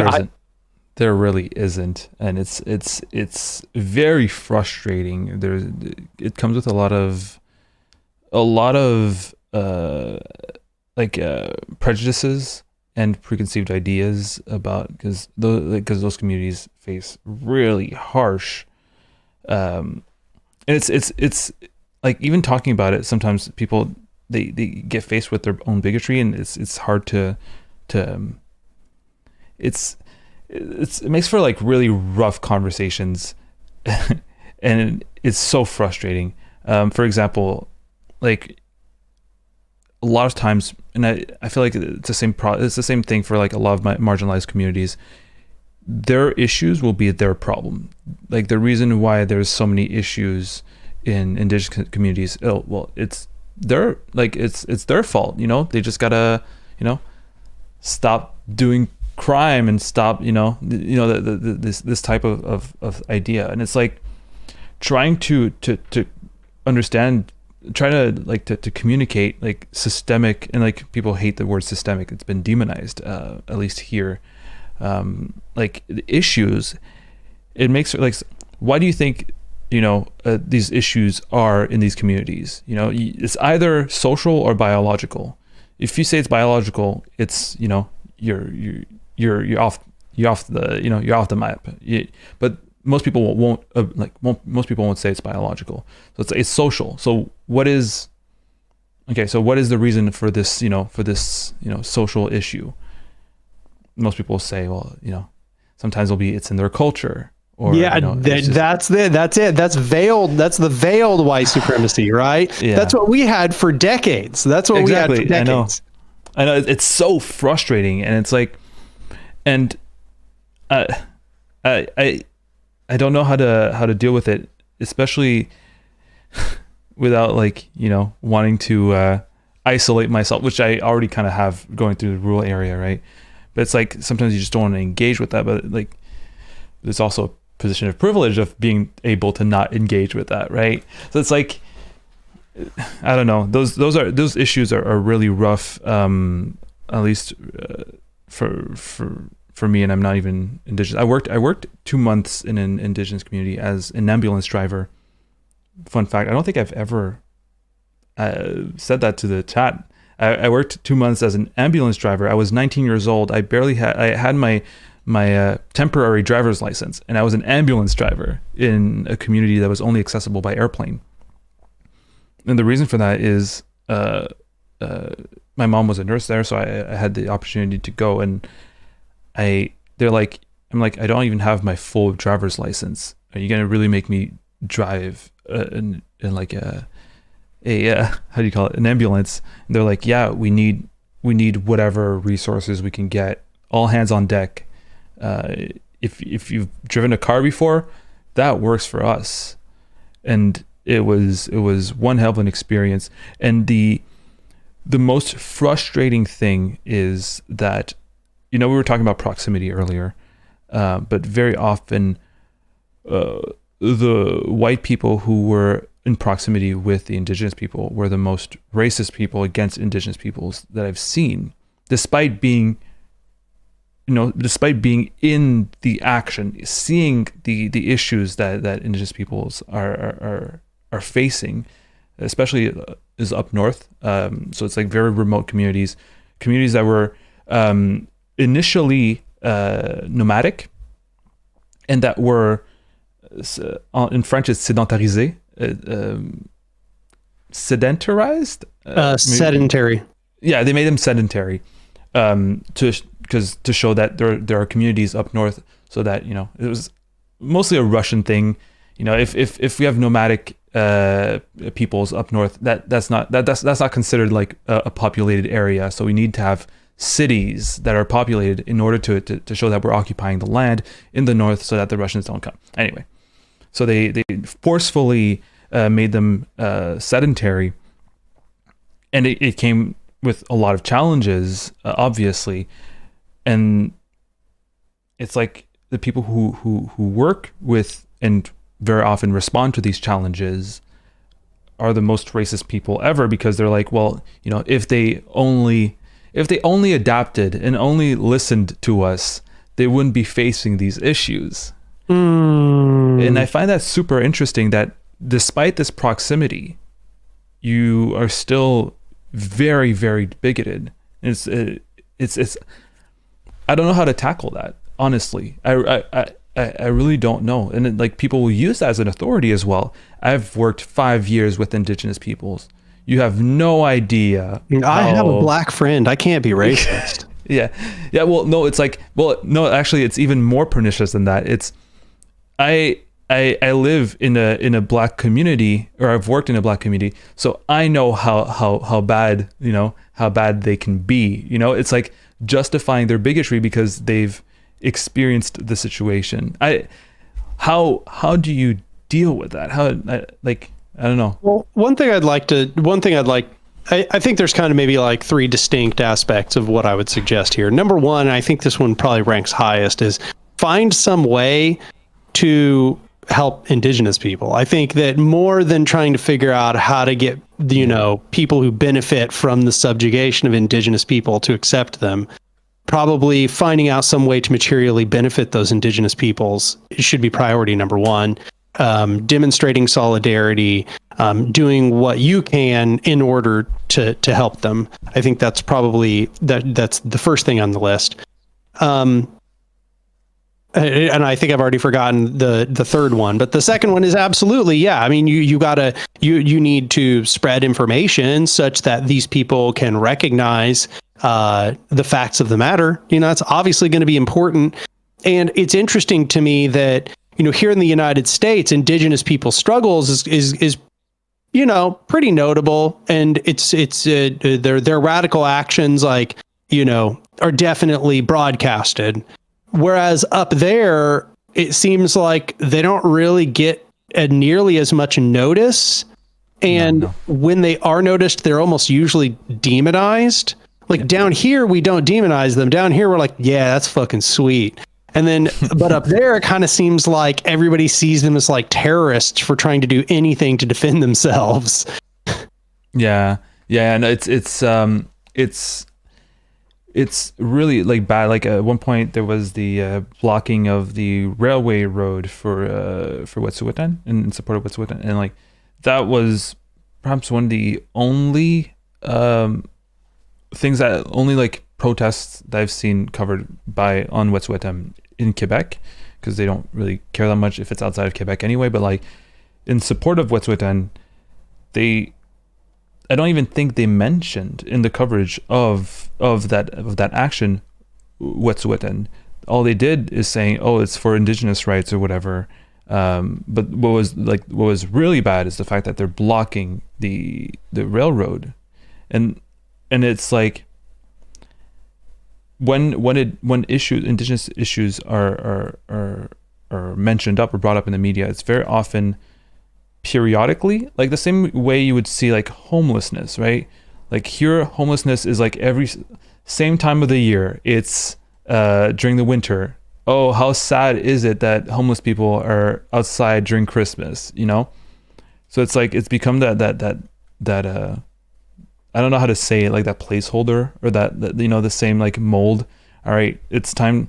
Let's take out the Indigenous sob story, how bad it is, but there's no concrete action. And I don't know if it's the same in the US, but at least when it comes to like in Montreal, for example, there are two is it in English, is it reservations, yes, reservation. There's one in the north, one in the south, and like but there's, at least from my understanding, there's not that much mixity, or and aside from that, then people don't know any other, where other Indigenous people are. That's basically the only Indigenous people in Quebec. There's a whole ton of them in the north, but we don't necessarily, especially people who live in Montreal, don't necessarily know. Half of Quebec's population is concentrated. I imagine Tulsa as well. It's like half of the population of the whole province or state is concentrated in the urban area. So there's this how do you say it? This like distance between yourself and the people who are living these struggles that kind of make them as well even like less, like invisibilizes them in a way, right? Especially when you talk about, yeah. Sorry. Oh, well, especially when you talk about like communities that live up north, sometimes without water or electricity, in conditions where they have snow all the way to like July, right? And it's like those are, to a lot of people, and like this it's another country out there, right? It's not even Like you could be talking about the plight of thirsty, Africans or whatever, to them it's the same thing. And even when I was up there, I remember, because it's such a different, situation, my mom giving me like a $20 bill, and she's like, "Oh, can you go buy some Coke or like some Pepsi at the grocery store?" And me thinking, wait, do they accept Canadian money?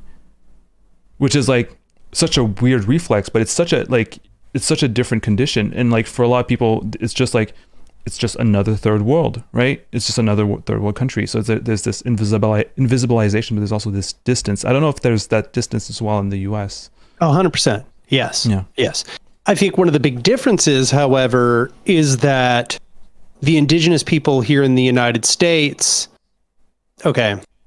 So one of the key things is that they are continually acting, right? There's continually something that is taking place in one of these, because we kind of have a lot of reservations still. I mean, by comparison to how many once existed, not a lot, but by comparison to what you're describing, a lot. Okay, like there's indigenous peoples that are still all over the place here in the U.S., and they are fighting and on their land in all of those places. I think part of it is that, organizers and activists here they're very vocal about spreading that information. That's one part of it. But it's also that there's not a news cycle. Like it's coming back into the news all the time because there's constantly stuff happening. So insofar as that, what I would say, it's probably try to do your best to amplify their major actions and to provide a sympathetic voice in those occasions. Basically just ask yourself what kind of aid could be provided, and ask if there are sufficiently like radical organizations that you could, if not necessarily join, because I don't think you are indigenous yourself, maybe just provide assistance to, reach out to and see if there is some way to provide assistance. Because I think that's a key aspect, is anarchists should always be trying to provide solidarity to the oppressed, and always trying to provide, resources, expertise, and to help them in their struggle. So probably helping them break that cyclic news, that news cycle, to break out of that news cycle. That'd probably be a very important aspect of it, is insofar as that is doable. Obviously by yourself, you can't do that, but that's the kind of angle that I would say needs to take place. One of the things about Occupy that made it so successful in changing the conversation is that Occupy was very conscious about how it provoked media attention, and that it continually provoked media attention, and that it continually kept staging direct actions that were disruptive, and therefore the media couldn't not, oh my God, this is such a circus. And then when we would gain access to the media, we would just spread radical messaging. Like that's it. They wouldn't get any milquetoast stuff. We would just give them only our, embryonic class messaging. So I think that's a part of it. I think there probably needs to be a movement that is situated within the Canadian experience. It's not just a mirror of the waves in the US, because your conditions are different. Like your conditions. That's asking a lot, though. They were. I mean, obviously, things haven't got as bad. So it's you. No, us not being American. That's asking for a lot. Oh yeah, you not mimicking America. Well, I hear that a lot.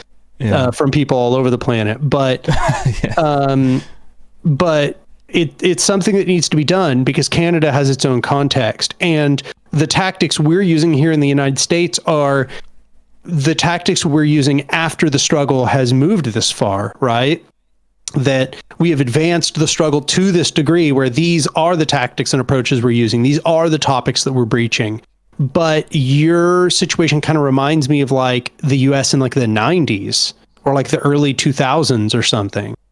And these tactics would not have been the right tactics at that point, I don't think. I don't know, maybe they would have. Maybe that's a mistake we made. But I think that using these tactics where you're just trying to change the conversation, right? I know there's like Jagmeet Singh, for example, is kind of a notable figure there in changing the conversation. So I know that electoral politics is kind of a vector for that there. But I think that it's really important that electoral politics not be the vector for, or not the only vector at least, for that radical conversation. I think that conversation has to come from people who are organizing on the ground, who are doing things that actually challenge power. So I don't know if it seemed like a ramble. Yeah, for sure. It's interesting, like for the in terms of because now that you've brought that up, now I want to hop on that. Like for electoral politics, do you think that it's, for example, how much do you give Bernie the credence on radicalizing a large part of the U.S. population in terms of Bernie was a useful megaphone, you know? Like he was very useful for introducing that word, for destigmatizing the word socialism in the United States. Yeah. That was valuable. What I will say is that there were also downsides, because the version of socialism, quote unquote, that he popularized was not worker ownership of the means of production. It was social democracy. It was lots of social programs and regulation and things like that. Maybe some nationalization of industry. That old sort of social democracy or state capitalism if it goes far enough.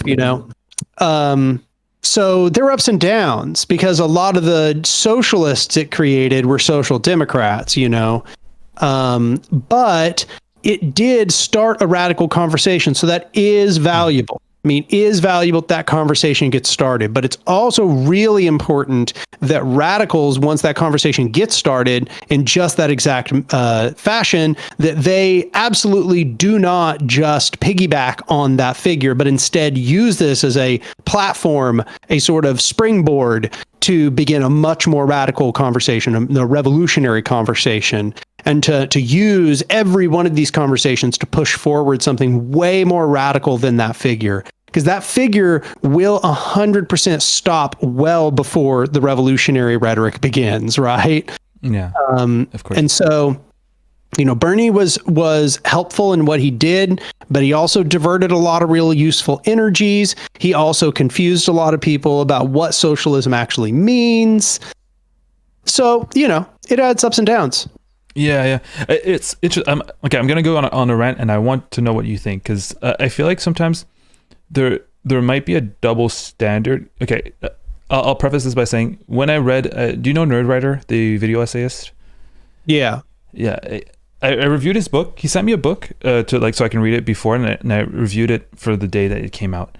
And in that video, I called him I was kind of dark on it. I don't know why, but I called him politically castrated, in the sense that. And he was really nice about it, and maybe I should have toned it down, but I have this, sometimes I get really frustrated about the fact that a lot of people who denounce capitalism won't denounce capitalism. They will denounce consumerism, right? And it's very often sometimes it won't even be liberals. It can be I imagine a lot of content creators that are very much so on the left won't use the terms capitalism, communism, socialism, whatever, because they're trying to dog whistle their way, and it annoys me so much. And that's why the reasons why I said that about Nerdwriter, which I sometimes I regret doing. And I remember saying, at one point you said in the video about aesthetic radicalization, or I don't remember exactly, the aesthetics of being radical, saying you're an anarchist in your Twitter bio is doesn't do much. Or perhaps doesn't do nothing, but I'm thinking in terms of if we switch the script, and we make it more like a right-leaning, if a content creator is a fascist but doesn't say he's a fascist, that content creator is actually doing is benefiting fascism in that way. It may you'll probably say that it's not equivalent, and I'm seeing you coming there, and it would be I want you to comment on that, but I'd rather have I'd rather a fascist say that he's a fascist than appeal to people who are more moderate by not saying he's a fascist. And if someone on Twitter says, if it's normalized that in their Twitter bio they say fascist, if that becomes normalized, that can actually be harmful and can actually, help fascism. And if, for example, a right-wing politician did a Bernie thing and said, I'm a fascist, but fascist doesn't mean Nazism. It just means the core values of, of tradition and, of patriotism. Like, I don't think many fascists would say, hey, you've devalued what fascism is by giving people a milquetoast version of it, right? The same way we're criticizing Bernie for devaluing socialism. Again, both are very different movements and appeal differently to different people in very radical ways, very extreme ways. But I want to know, like, what do you think about that? Like, because I feel like there's like a double standard sometimes in that way. I want like leftists to say that they're leftists high and strong, but at the same time, I don't want fascists to do it because it benefits me. So probably for fascists, it benefits content creators to say, like, they'd probably prefer people to say that they're loudly communists. Because I don't know if that makes sense. It does. Yeah, no, totally. Everything you're saying makes sense. Okay, so perfect. I think, there's a few complicating factors. Number one, the fascists already have power. They can dog whistle themselves all the way into the concentration camps, or, all the way until they're making concentration camps, right? Because they have the power. We are an insurgent movement, right? So what we have to do is provide a radical alternative way of looking at the world and a alternative approach to changing the world, right? Whereas the fascist, well, he can just be the fascist and have power in control of the state and everything's good. Boom, that's praxis for him, right? He can call himself a fascist, not call himself a fascist. Probably more useful for him not to call himself a fascist, because then he gets to do fascism without calling himself a fascist. And that's why they spend so much time pretending they're not, right? Mm-hmm. And it doesn't really matter too much whether they produce a milquetoast version of fascism, because they're already doing it. They can just go right into the state and do a fascism. Whereas we can't go straight into the state and do an anarchism, nor do we have a dominant, or a whatever hegemonic power, nor do we have the dominant. We don't have the wheels in the wheels not in our hands, right? We pretty much have to acquaint people with a new way of thinking, which is going to be very challenging to do if they have no word to accord it to, or the word that it accords to has been heavily distorted and they're very confused about what it means. For example, the word anarchism or socialism or communism. So there is a struggle at hand where people need to know the meaning of these words so that they can know what it is that people are struggling for. And if when I tell somebody I'm a socialist, they think I mean I want a lot of welfare programs, that's actually kind of an impediment to me, because what that means is that is what they think I think socialism is. And now I have to go through all of this effort re-educating them about what socialism actually is. No, that's social democracy, or in its furthest form, we might call it state capitalism. And no, socialism is worker ownership of the means of production. It adds new layers where we have to clarify what's meant. Now, of course, you could take an alternative approach where the crypto approach, as you said, where you just present the ideas themselves and you don't give them a title. You don't call socialist or communist or anarchist or whatever. I think that's totally fine. If that works, it works. As for my own part, I think it's important to make the meaning of these words known and to identify ourselves as these words in such a way that I think there are a few different reasons. Number one, it demonstrates integrity. We're not trying to trick anybody, right? I mean, I understand that there's some amount of, just not using a word that scares people. I'll use another word that means the same thing, just doesn't scare people. I get it. There's nothing wrong with that. But also just being yeah, I'm an anarchist. And so number two, it gives them an example of what an anarchist is. I come on right here and we're having a talk, right?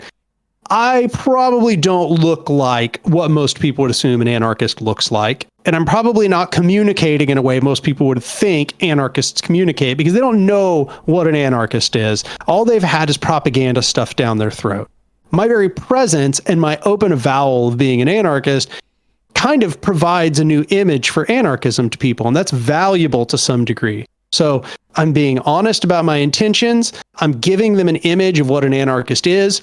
And then lastly, there's kind of a third component that I think is super important. And that is you want to connect people to a history of struggle and a body of theory. So when I say I'm an anarchist, there is now a whole body of theory and a bunch of struggles throughout history of anarchists that are connected to this. And when I use the right words for things, I'm also doing a sort of light theoretical education in the process. And if I use this word federation or confederation, if I use the word solidarity, or I define what freedom means, they're going to go to the theory and they're going to actually know what the heck they're reading. Whereas if I spend all my time being crypto and pretending I was something else and using all kinds of alternative words, they're going to go, the theory is going to be meaningless to them. So I've cut them off from their history. I've cut them off from a bunch of work that they could educate themselves with. And by not calling myself anarchist, it's as if I'm trying to disconnect myself from the actions of the anarchists of the past, which I'm not. The anarchists of the past many of them have been utterly heroic. And I want to connect myself to that history of struggle, and for people to feel connected to that history of struggle. I think that's really important. So this is what I mean when I say that's kind of like a double-edged sword, because all those concerns are actually really important. So when Bernie comes forward, he popularizes this word socialism. And on the one hand, you have a lot of people are going to go just learn what socialism actually means, right? They're going to go and they're going to do the research for themselves. They're going to research, socialism is actually about worker ownership and socialization of the means of production. Oh, okay, cool. But a lot of other people are going to hear from Bernie Sanders, socialism is exactly what the propagandists told you it was, but it's good, but that's actually good, And then what you have is a whole bunch of people that are struggling for something like almost completely different. So it's like we face very different struggles being an insurgent movement that has to educate people about what the heck we even mean when we say anything. And that kind of sucks. That's just kind of the part of history we're in, because when the last wave of revolutions happened, now I'm getting a little off the rails, so I'll keep this part short. But when the last wave of revolutions happened between the 1850s and the early 1900s, that was after decades of public education and discussion about the meaning of all of these words, such that what it meant to be an anarchist, or what it meant to be a socialist, or what it meant to be a communist was just kind common knowledge of the people who were in society. There'd just been a series of discussions that were very public and had taken place in a variety of venues that let people know what the heck it meant when you said that. Like, what did it, and there were key figures who would popularize what each of those words meant, such that people knew what they meant, and then they could connect to those movements meaningfully then. And we're unfortunately kind of in that period right now, where we're not in that wave of revolutionary struggle. I'm not trying to discard Rojava or Zapatistas or whatever, but we're in this era where we actually got to lay in the foundations. So we actually need to be very explicit about what everything means and what we mean when we say everything. So sorry to ramble too long, but that's kind of my answer to the question. Yeah, I was expecting a longer answer, because it like, to me, it's an interesting question, an interesting topic to discuss. And I feel like there's also a difference. There's also like a very sharp difference between leftism and fascism in terms of just theory. We reread with Stream. I started doing like Wikipedia read-throughs just for fun, and we did one on fascism just to give it the basis and tell people, encourage people, if you don't know something, you can go on Wikipedia. It's not a book, but it can help. And the whole idea of post, it's a theoretical, fascism very often is doesn't necessarily have theory, and is very often it's very hard to identify, just because it's so it doesn't have a tradition of fascism, in the sense that it's so how do I say this? It's so malleable. It goes fascism in Italy will be very different from fascism in France and in Germany, and I believe that because of that, there wouldn't be much it wouldn't affect as much if you say like, hey, I'm a fascist, or like trying to rehabilitate or normalize the word fascism.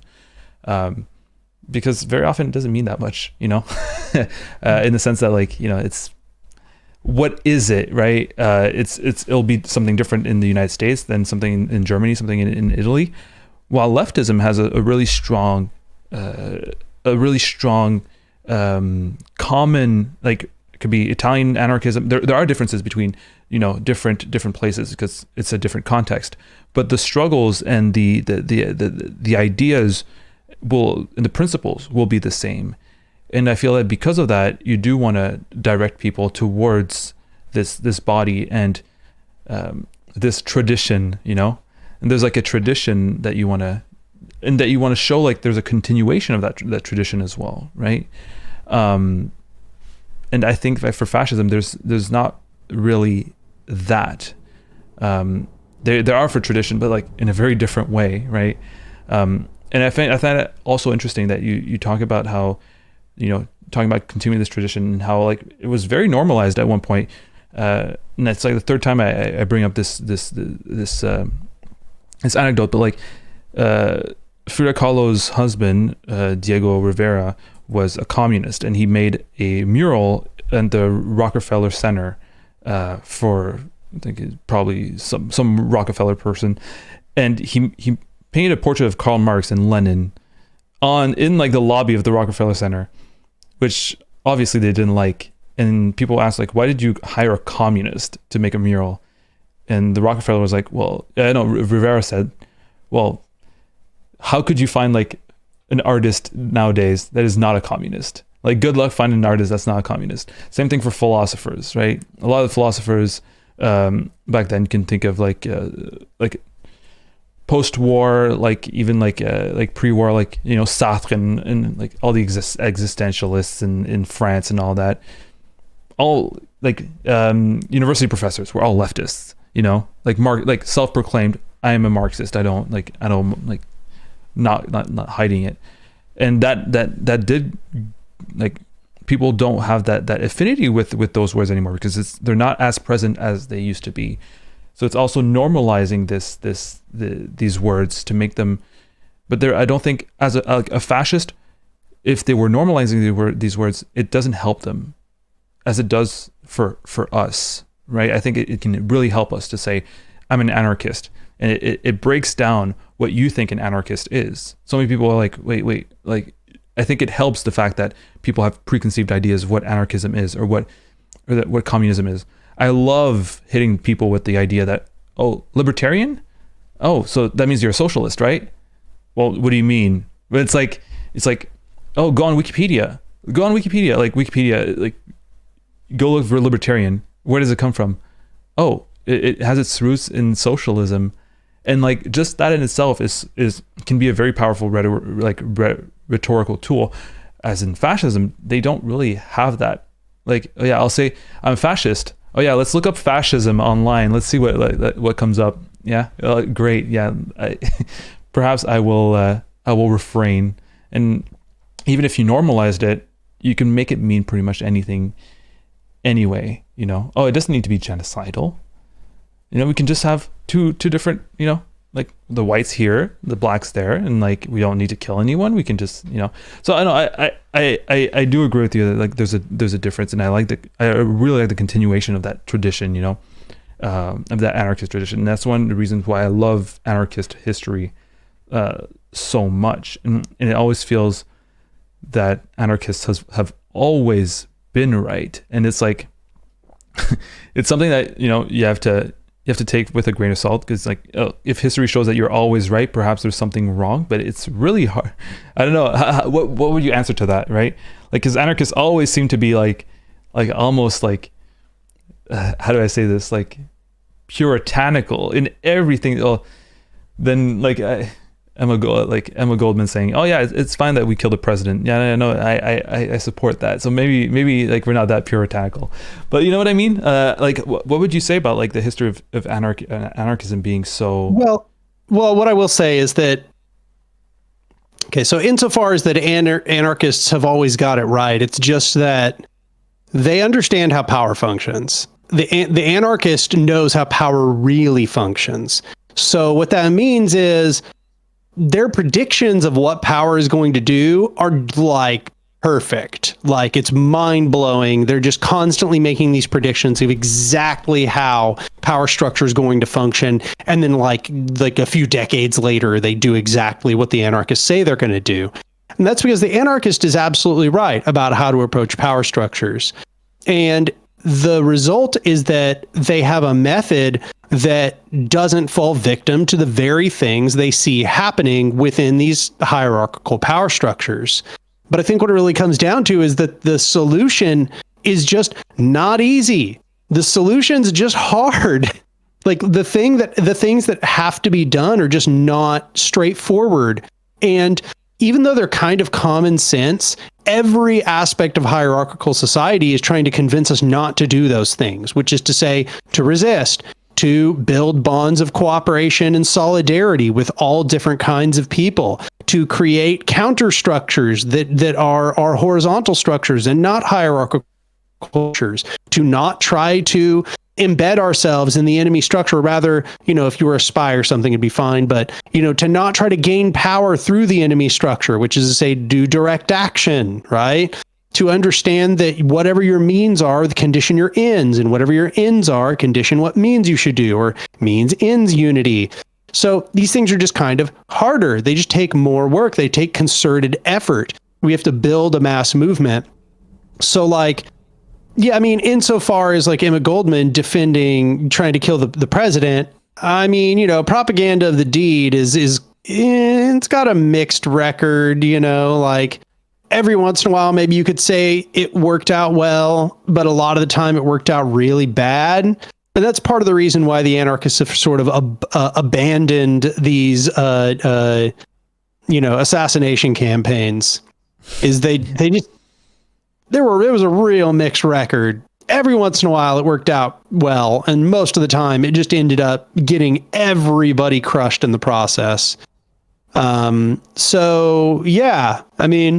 Anarchism isn't right about everything, but their prediction for how power structures will function is spot on. That they pretty much are never wrong about how hierarchical power is going to function, but it is very experimental in its methodology for changing society. So what that means is you're going to get lots of experiments that didn't work out so hot, right? Like, you're going to find lots of methods that don't work.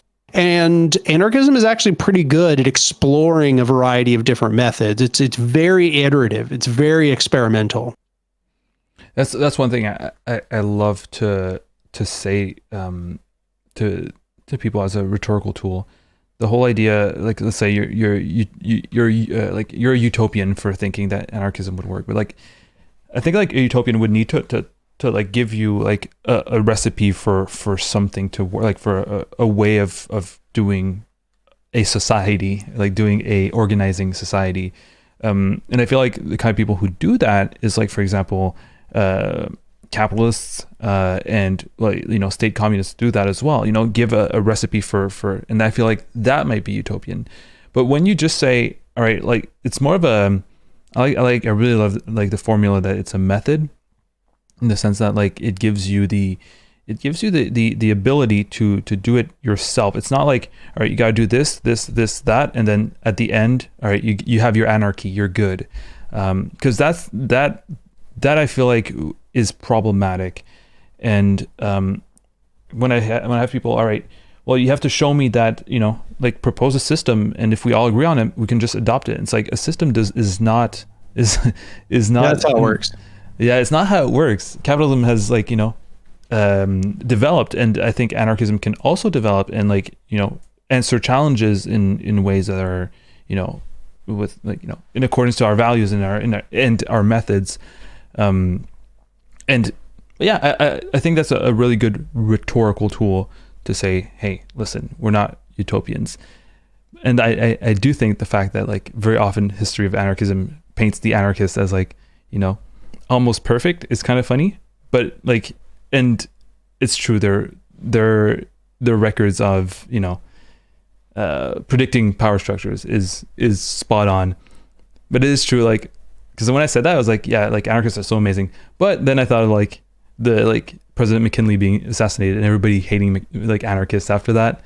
Maybe that's like maybe a miss. Maybe it's not always like super green. But I was thinking, so ways of you talked about experimentation and all that. I've heard someone say, I read a comment earlier during the stream that said there's a comment earlier in the stream that said that we were the evil twins of anarchism.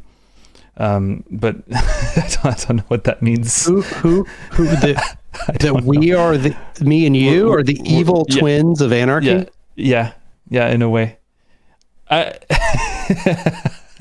don't know. Do we have that kind of resemblance? I don't know. It doesn't seem like it. I need like I have longer hair. We have the beard. Yeah. Don't have the glasses. That's enough. Yeah, that's correct. Yes, they got it.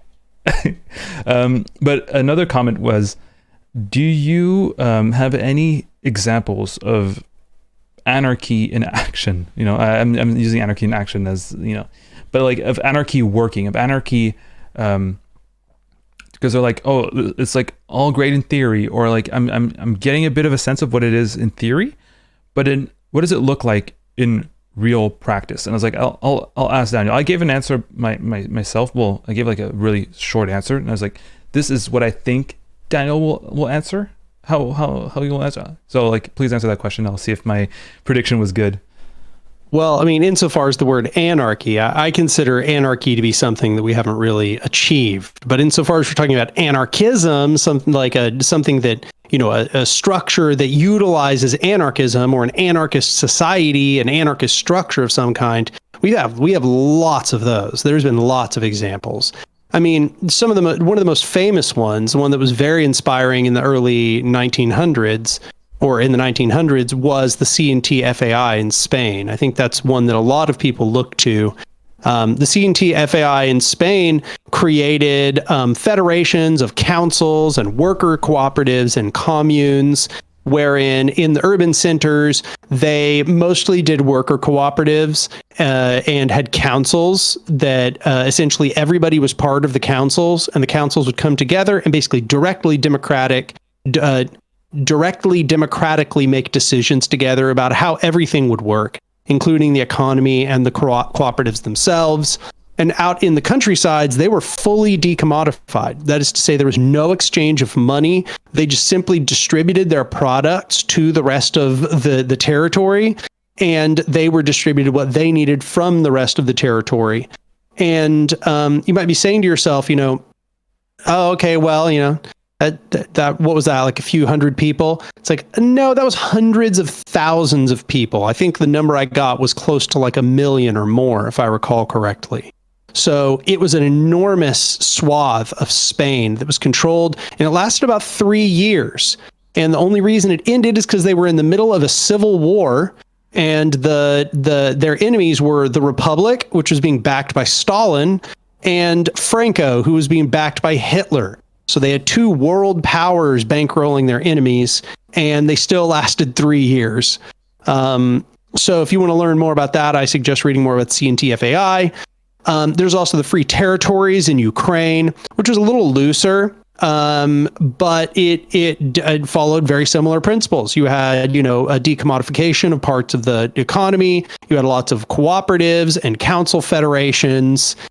They were also in the middle of a civil war. They won their civil war against the White Army there in Ukraine, and then the Red Army in Russia, once again, Stalin crushed the Free Territories of Ukraine, actually betrayed them in both occasions. Both of these, that Stalin, the USSR, betrayed the anarchists and led to the end of massive nation-spanning projects and plunged enormous numbers of people into capitalism.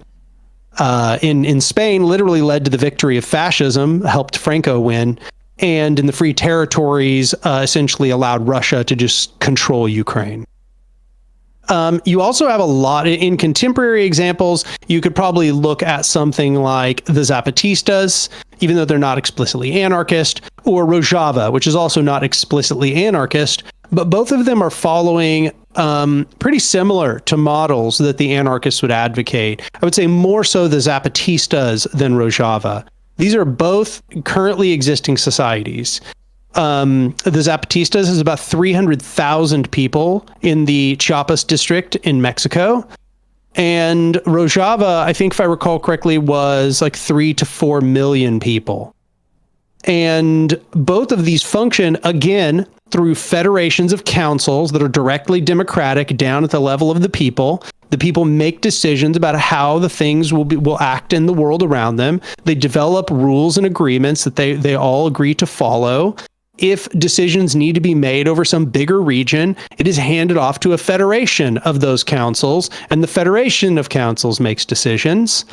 To answer this question, you'd have to have like an even more specific, what do you mean? How did it work? And, you mean which aspect of how it worked? Are you interested in how they made decisions, or how did they fight a war? Or, you have to get into a lot of specifics. These were broad, big societies, right? Like they covered everything you would need to cover.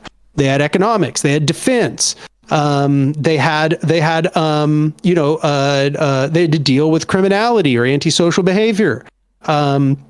Like all of them have addressed these problems. And those are just 4 examples, but there are way more examples.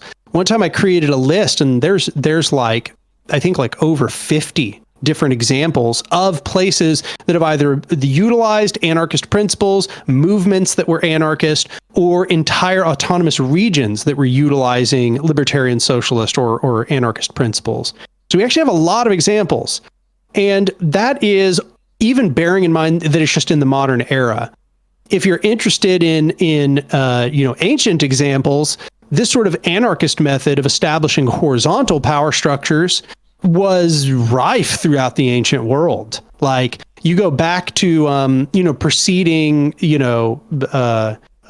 modern society or recorded history, and anthropology suggests there was a proliferation of horizontal societies. Some of them resting in large polities, large cities. I highly recommend, if people are interested in that, they read The Dawn of Everything by David Graeber. You'll find that there were tons of indigenous societies.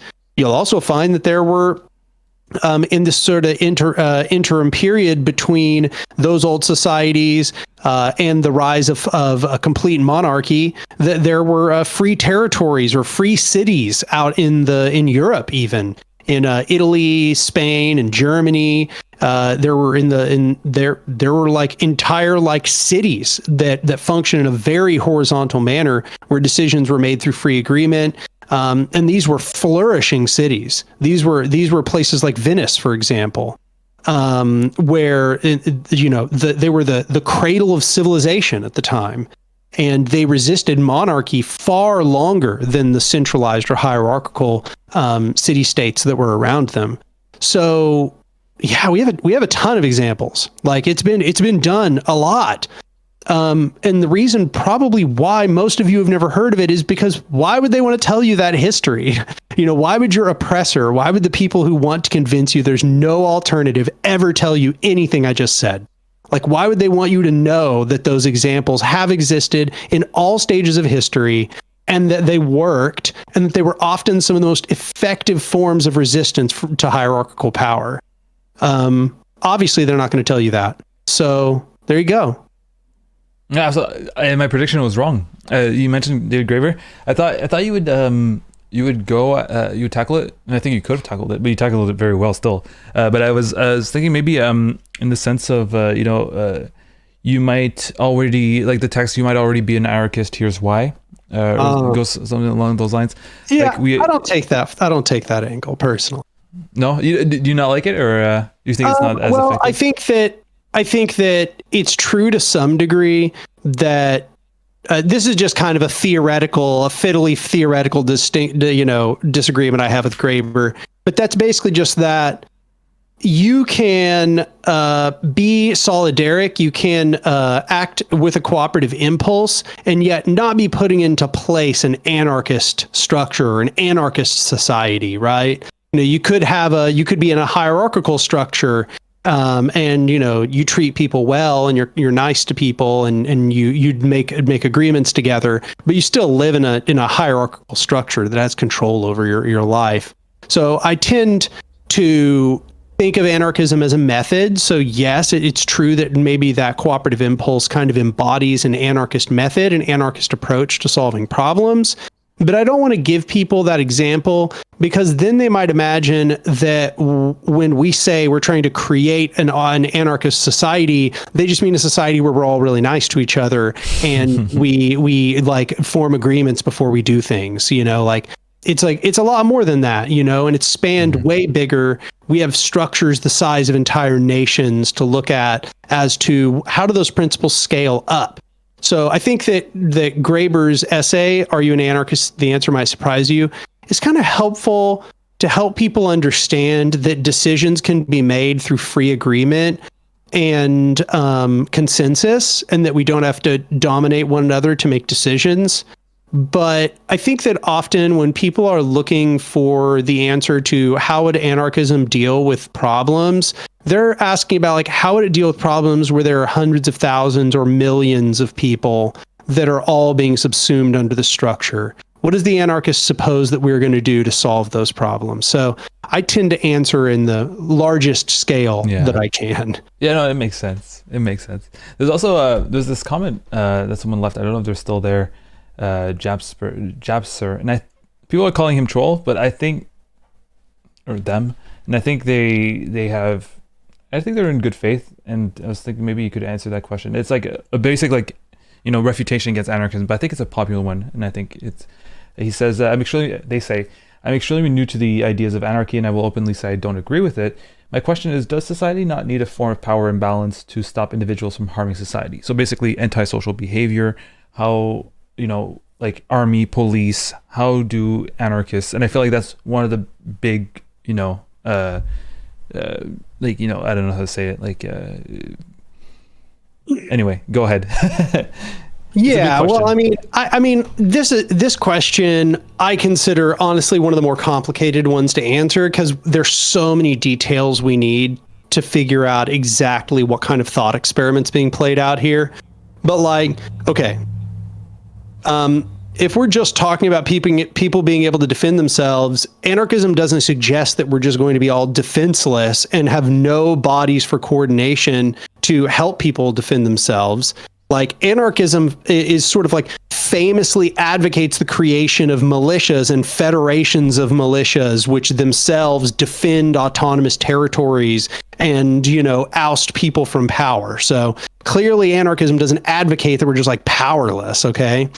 Anarchism advocates self-defense. So insofar as that, someone is trying to harm you as an individual or groups of people, those people are justified in defending themselves. Moreover, bodies of resistance and defense which have been created elsewhere may be very well informed in helping them defend themselves. Like, let's say I'm one person and somebody's threatening to hurt me.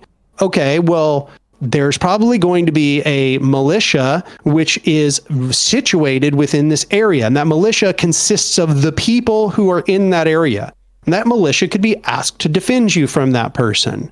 Or let's say there's some insurgent military some opposing military that's trying to seize into your territory. Well, you're going to federate the militias together in order to defend yourself. Okay. I want to emphasize, and I think this is one of the major mistakes that people make. I think this is probably the most common mistake that people make when they're trying to understand anarchism or refute it or whatever. Anarchism is not against individuals having different amounts of power. Okay. I know that sounds like kind of shocking, but it's true. It's okay that one person, for example, is a genius doctor and somebody else is not. Somebody else is a genius woodworker. That's okay. Those powers are different powers. People are allowed to be good and bad at different things, and all the woodworkers don't have to be just as good at some thing as one another, right? You can have woodworkers that are better and worse at being a woodworker and so on. That's not anti-anarchist to have differences in power. The anarchist is not opposed to individual differences in power.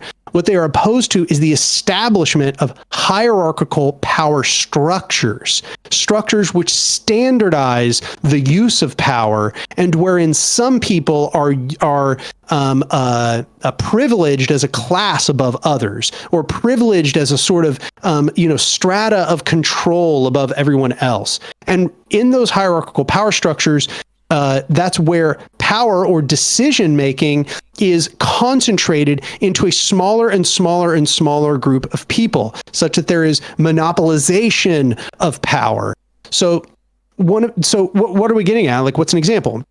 Well, we're not against like militias. We're against the army, where the power is fully centralized at the very top. It's completely pyramidal, and all power flows from the top down. That's an example of monopolization of power. Or take the police, for example. They have fully monopolized the domestic violence, right? They're the only people allowed to go around doing domestic violence. And I don't mean like domestic abuse, like, in a household or something. But just insofar as we're talking about the force to defend or carry out some form of violence, that is fully monopolized in the police and the National Guard and so on. Whereas the anarchists would say it should be decentralized, not like everybody should go around hurting one another, but that the bodies which are able to defend people and to enforce that self-defense are bodies which are able to make decisions through the councils and federations of councils. So notice the power no longer flows from some top node downwards, and all decisions are made there at the very top. Power is now sort of devolved down into all of these horizontal structures, and the structures join together at the scales needed to address the problems as they stand. Now, this is what I said, and this is like a really complicated question, because it's like, what exactly does one mean when they say what they said in that comment? But like, okay, now you're just talking about like antisocial behaviors, like somebody who just, literally all the words I would want to say are words that get people demonetized on YouTube. Okay, murder, it's not monetized. The R word, the rest of the stuff. Okay, y'all know what I'm talking about here. Okay. These acts of interpersonal violence. Well, as most anarchists have said, one of the first things you have to address is that most of those acts, they root from the way this structure or this society is structured. Okay? So like most of those acts are acts of desperation or mental illness or destabilization, distress, hopelessness. The vast majority of people who are harming one another are not harming one another because they just really like hurting people. Okay, that's a really uncommon thing. Sadism is really uncommon in humans. So like the vast majority of these sorts of antisocial crimes, as we might call them now, most of them would probably not exist in an anarchist society. You would have solved most of the things that lead people to these crimes of desperation. Well, this still leaves the question, what do you do with the people who really are just sadists, who really do just like hurting people? They like hurting other people. They just derive pleasure from it. Even if they don't benefit from it, they just like doing it. Well, once again, people have the right to defend themselves, and they have the right to exile others. They don't have to associate with those people. They have the right to get those people out of their society. So the answer as to how you actually deal with them, it's kind of an open question. There's lots of answers which have been offered. Obviously there's going to be some split between three different methods. You either are going to kill them, which personally I'm not a big fan of. That'd be like the death penalty. You're going to detain them, which, maybe there's some kind of mixed use there. Obviously you don't want to recreate prisons, or you exile them. And that's got a spotty track record. It worked better in ancient societies. But like, those are your three options for people who are like that. And I'll leave it up to you to decide what you think the answer is. Because I'll tell you, the anarchist community is pretty split on which of those three answers you use for the worst of the worst, the people who truly are manipulators and sadists. Even the death penalty? Believe it or not, that one is actually among like egoists and individualist anarchists. That's often their go-to answer. They're like, yeah, that's just, self-defense. You just shoot them. And it's like, I don't know if that's how I want to structure society. Yeah. But then if you suggest detainment, they'll say you want to create anarcho prisons. So anyway, we won't get too bogged down in this, but that's an open question. That one there, I'll say, is at least somewhat of an open question. So if you're expressing some amount of skepticism or you're questioning that kind of thing, I'll at least tell you that, different anarchists have different opinions on that particular one. Personally, I would prefer detainment over murdering people or kicking them into the middle of a forest, but that's just me. Yeah. I don't know how often, like, if it also it's like a lost cause, like you suffer Probably from sadism. Not very often, right? Yeah, I can't believe there's no ways to, like, to cope with sadism. Like, I don't know. I mean, obviously what I didn't mention is that you would want to create robust therapy services. Yeah, the exactly, default would always be that you're trying to figure out what's wrong with a person that makes them want to do these things, right? Exactly. Like before you would do any of those three extreme solutions I just noted, I think that you'd be obligated to put them through intensive therapy of some kind and make sure they're not continuing to hurt other people. And if they're not continuing to hurt other people, I don't know. You just move on, I guess. Reparations for the person who was harmed. Try to repair the damage as best as possible. Make sure that further harms are not caused, and that's really all you can do. Yeah. It's Jasper just answered, and he said, "I understand. Those ideas make a lot of sense as a way to better society." I really like the idea of saying, like,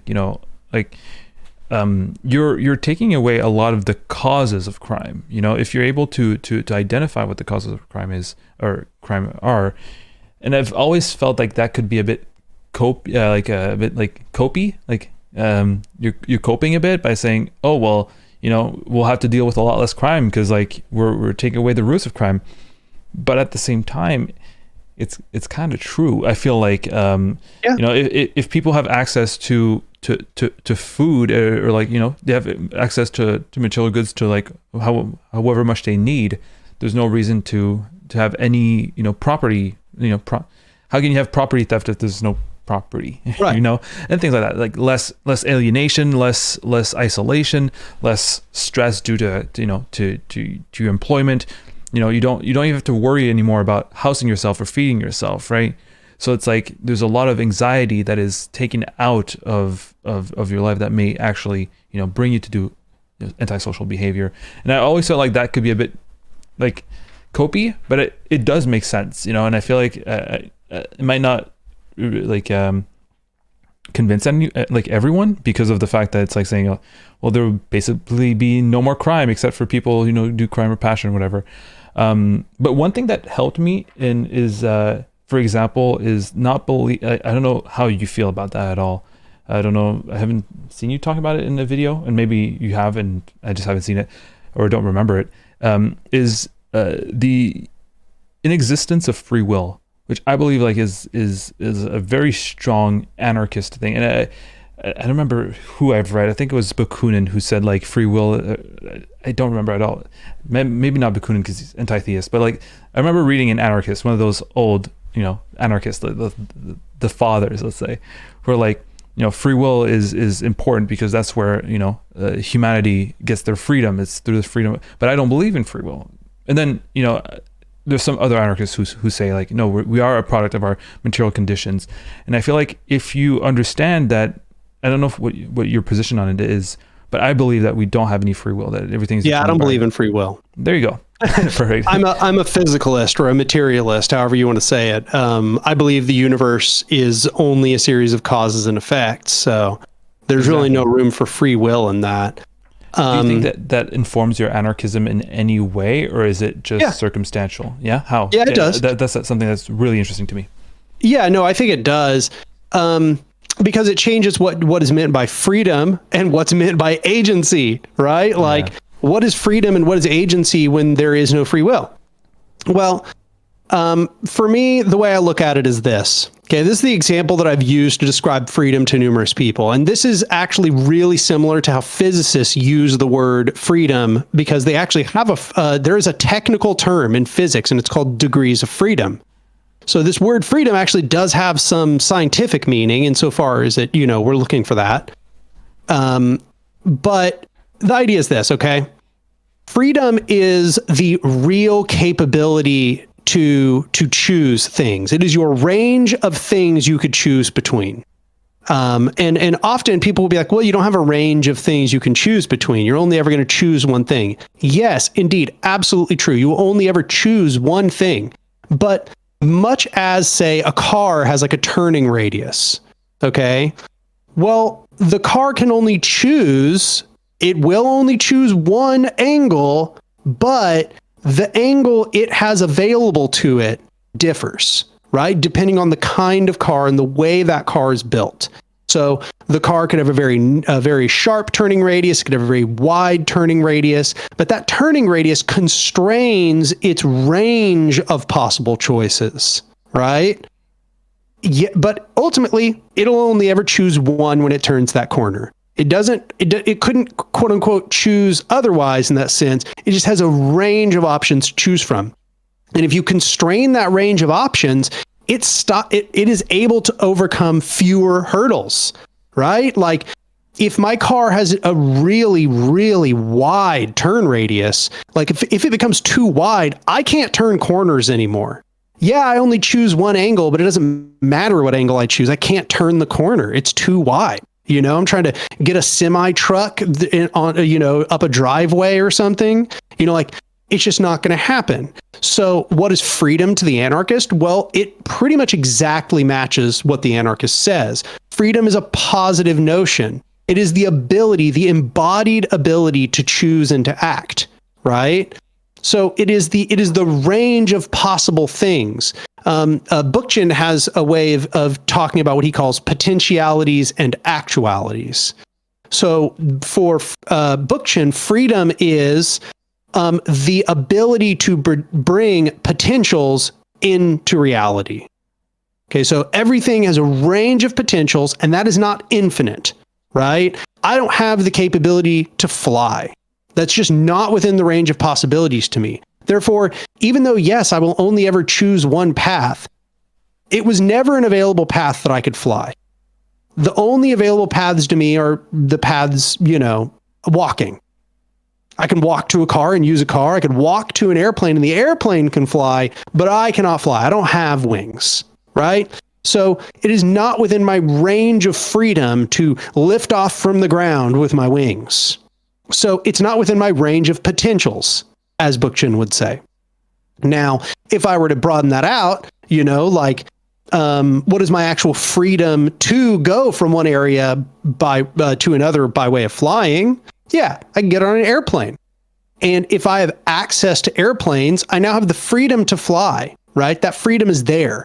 But of course, it's embodied through my interaction with another object, and that's the interaction with the plane. So the plane expands my range of potentials.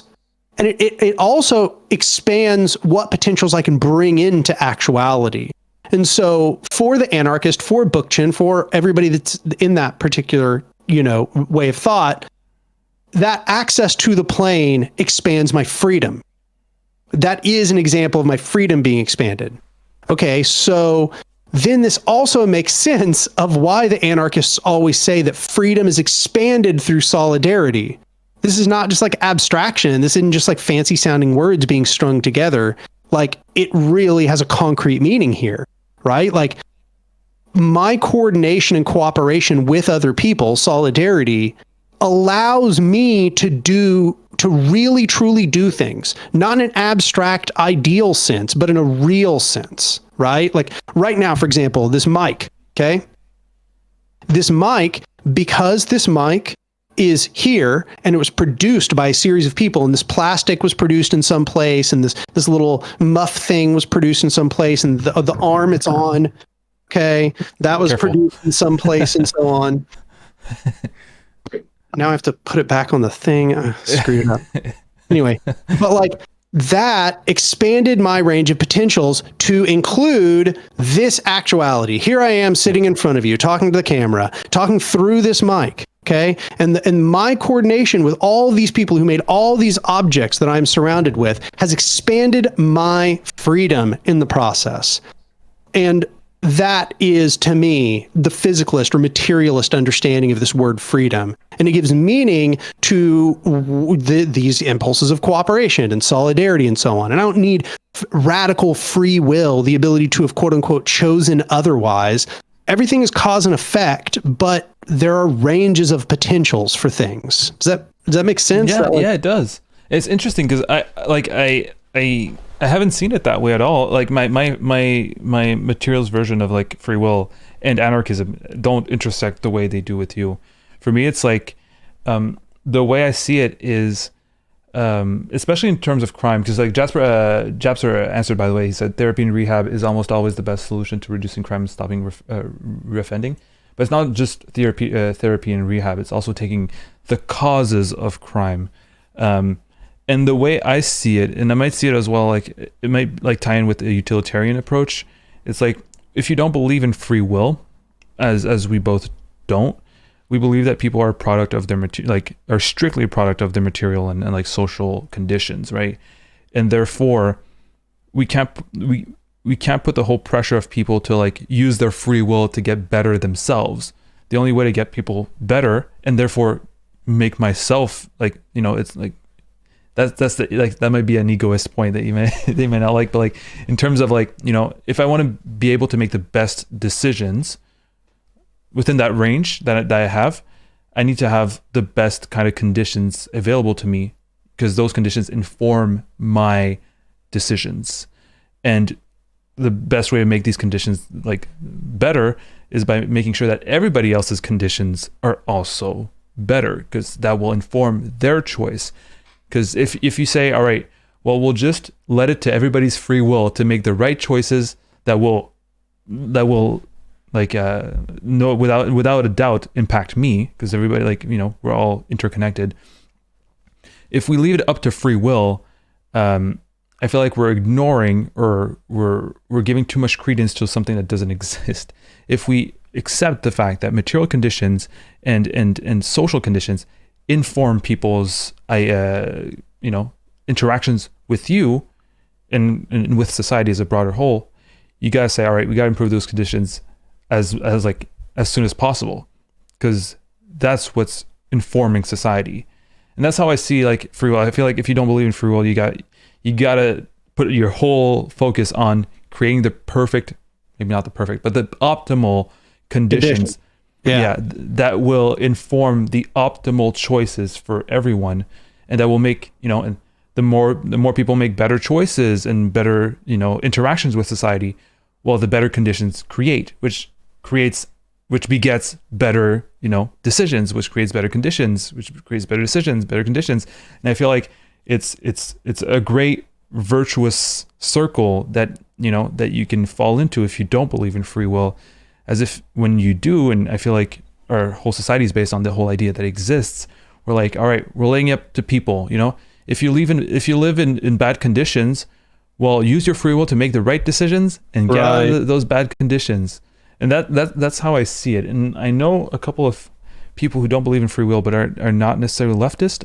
But I feel like not believing in free will leads you to a leftist perspective. Like I have a hard time believing that it doesn't, I don't know. I feel the same way. Like a lot of people who have talked about, once you get rid of free will, like punishment becomes really specious. Like, it's like, well, but it's not like they could have like chosen otherwise. So like, what's the point of punishment? And then studies also show that people don't even make decisions based on threat of punishment most of the time. Yeah. So it's like, I definitely think it leads to a viewpoint where it's just like, oh, we should be trying to create conditions such that outcomes are different. Oh, Yeah. Also, it undermines the whole idea or the myth of meritocracy. Yeah. Because how can you merit something if you couldn't have done otherwise, right? Right. And also I feel like it takes away the whole idea, like for example, inventors, like it takes away that kind of that myth, or that that prestige about being so smart, or about inventing something, or about doing whatever, because well, you couldn't really have done otherwise. The conditions brought you to invent X thing, which is great. Like, we're very happy you put a lot of work in it, but like, if we don't believe in free will, you couldn't have done otherwise anyway. Right. Yeah. It also blurs the line between willful action and luck, doesn't it? Yeah, it does. It's like, I don't know. It's a very interesting thing. I feel like it's a field that's, to me, like, it's kind of obvious that there is no free will, and it's something that people don't usually think about because it's very abstract. But I do think it has a radical potential, the same radical potential as like the disbelief in God, in a way, like the disbelief in God had on societies. I feel like, because a lot of what we assume to be the case relies, just our whole justice system relies on the existence of free will. I think there was like a ruling of a US court saying that we have to believe in free will. If we don't, like, it crumbles the whole point of what we're doing here. So we don't have a choice to believe in free will, and it's true. Like, what's the like I don't know. I find that super interesting, and I feel like I don't know if it's going to be like the hot topic. Oh, let's stop believing in free will. It's like it's a belief even more ingrained than the belief in God for a lot of people, right? Oh yeah, no, I've had very extensive conversations with people on all sides of this debate many times over the years. This is it's one where it's very disruptive. Like, people have very strong opinions a lot of the time, and if they believe in free will and you tell them they don't, they often get very upset. That's a meltdown. Yeah. Well, I have to say, I need to leave here in the next 10-ish minutes, probably. Yeah. Well, I was gonna put it like it's almost 10, and I'm pretty tired. If you don't mind, like it's a discussion I really love, free will. I would be happy to end it on that. Like, yeah. And like, I don't want to say like that it's never going to be like an actual good question. Like eventually, because like people didn't believe that rethinking God was actually would ever happen, right? Who would doubt God one day? It would be impossible. And now like atheism is becoming more and more prevalent. So maybe free will will become we'll see a lot of, yeah. I don't know. Yeah, maybe we'll see it'll take a while. Maybe yeah, I don't know. But yeah, thank you so much for coming on. It was really, really fascinating. I hope we can do this again. I think a lot of people enjoyed it. And I saw a lot of people in chat that I never saw before, and I imagine it might be from your audience. And I'll make the segment of this interview. I'll put it on my second channel, and if you want it as well, I can send it to you, and you can post it. Yeah, that'd be good. I'll probably post it on my channel as well. Amazing. Yeah, no, it's a great conversation. If you want to do it again, just message me. I'm always up to like, people enjoy it. Like, people are really looking forward to this. I'm very happy to see that it happened first, because I already tried to schedule like interviews like this before, and it didn't really work out because people had other things. But like, I'm happy that this one worked and it went super well. And I mean, there's a lot to talk about. So I'm sure like if you're coming out, we're not going to run out of topics. No, we could have done this for a lot longer if we weren't getting tired. So yeah, no, exactly. Yeah. All right. Well, thank you so much. And I hopefully see you again in not too long of a while. Give it a few weeks at least. Yeah, exactly. Gotta make it a bit how do you say it? Rare, right? We gotta create. There we go. Yes. Yeah. There we go. A little bit impose some artificial scarcity. Exactly. Got scarcity for the twins. Yeah. All right. Thanks for having me on. I'll talk with you soon. Thank you. Have a nice night, nice evening. Yes, indeed. See you later. Goodbye.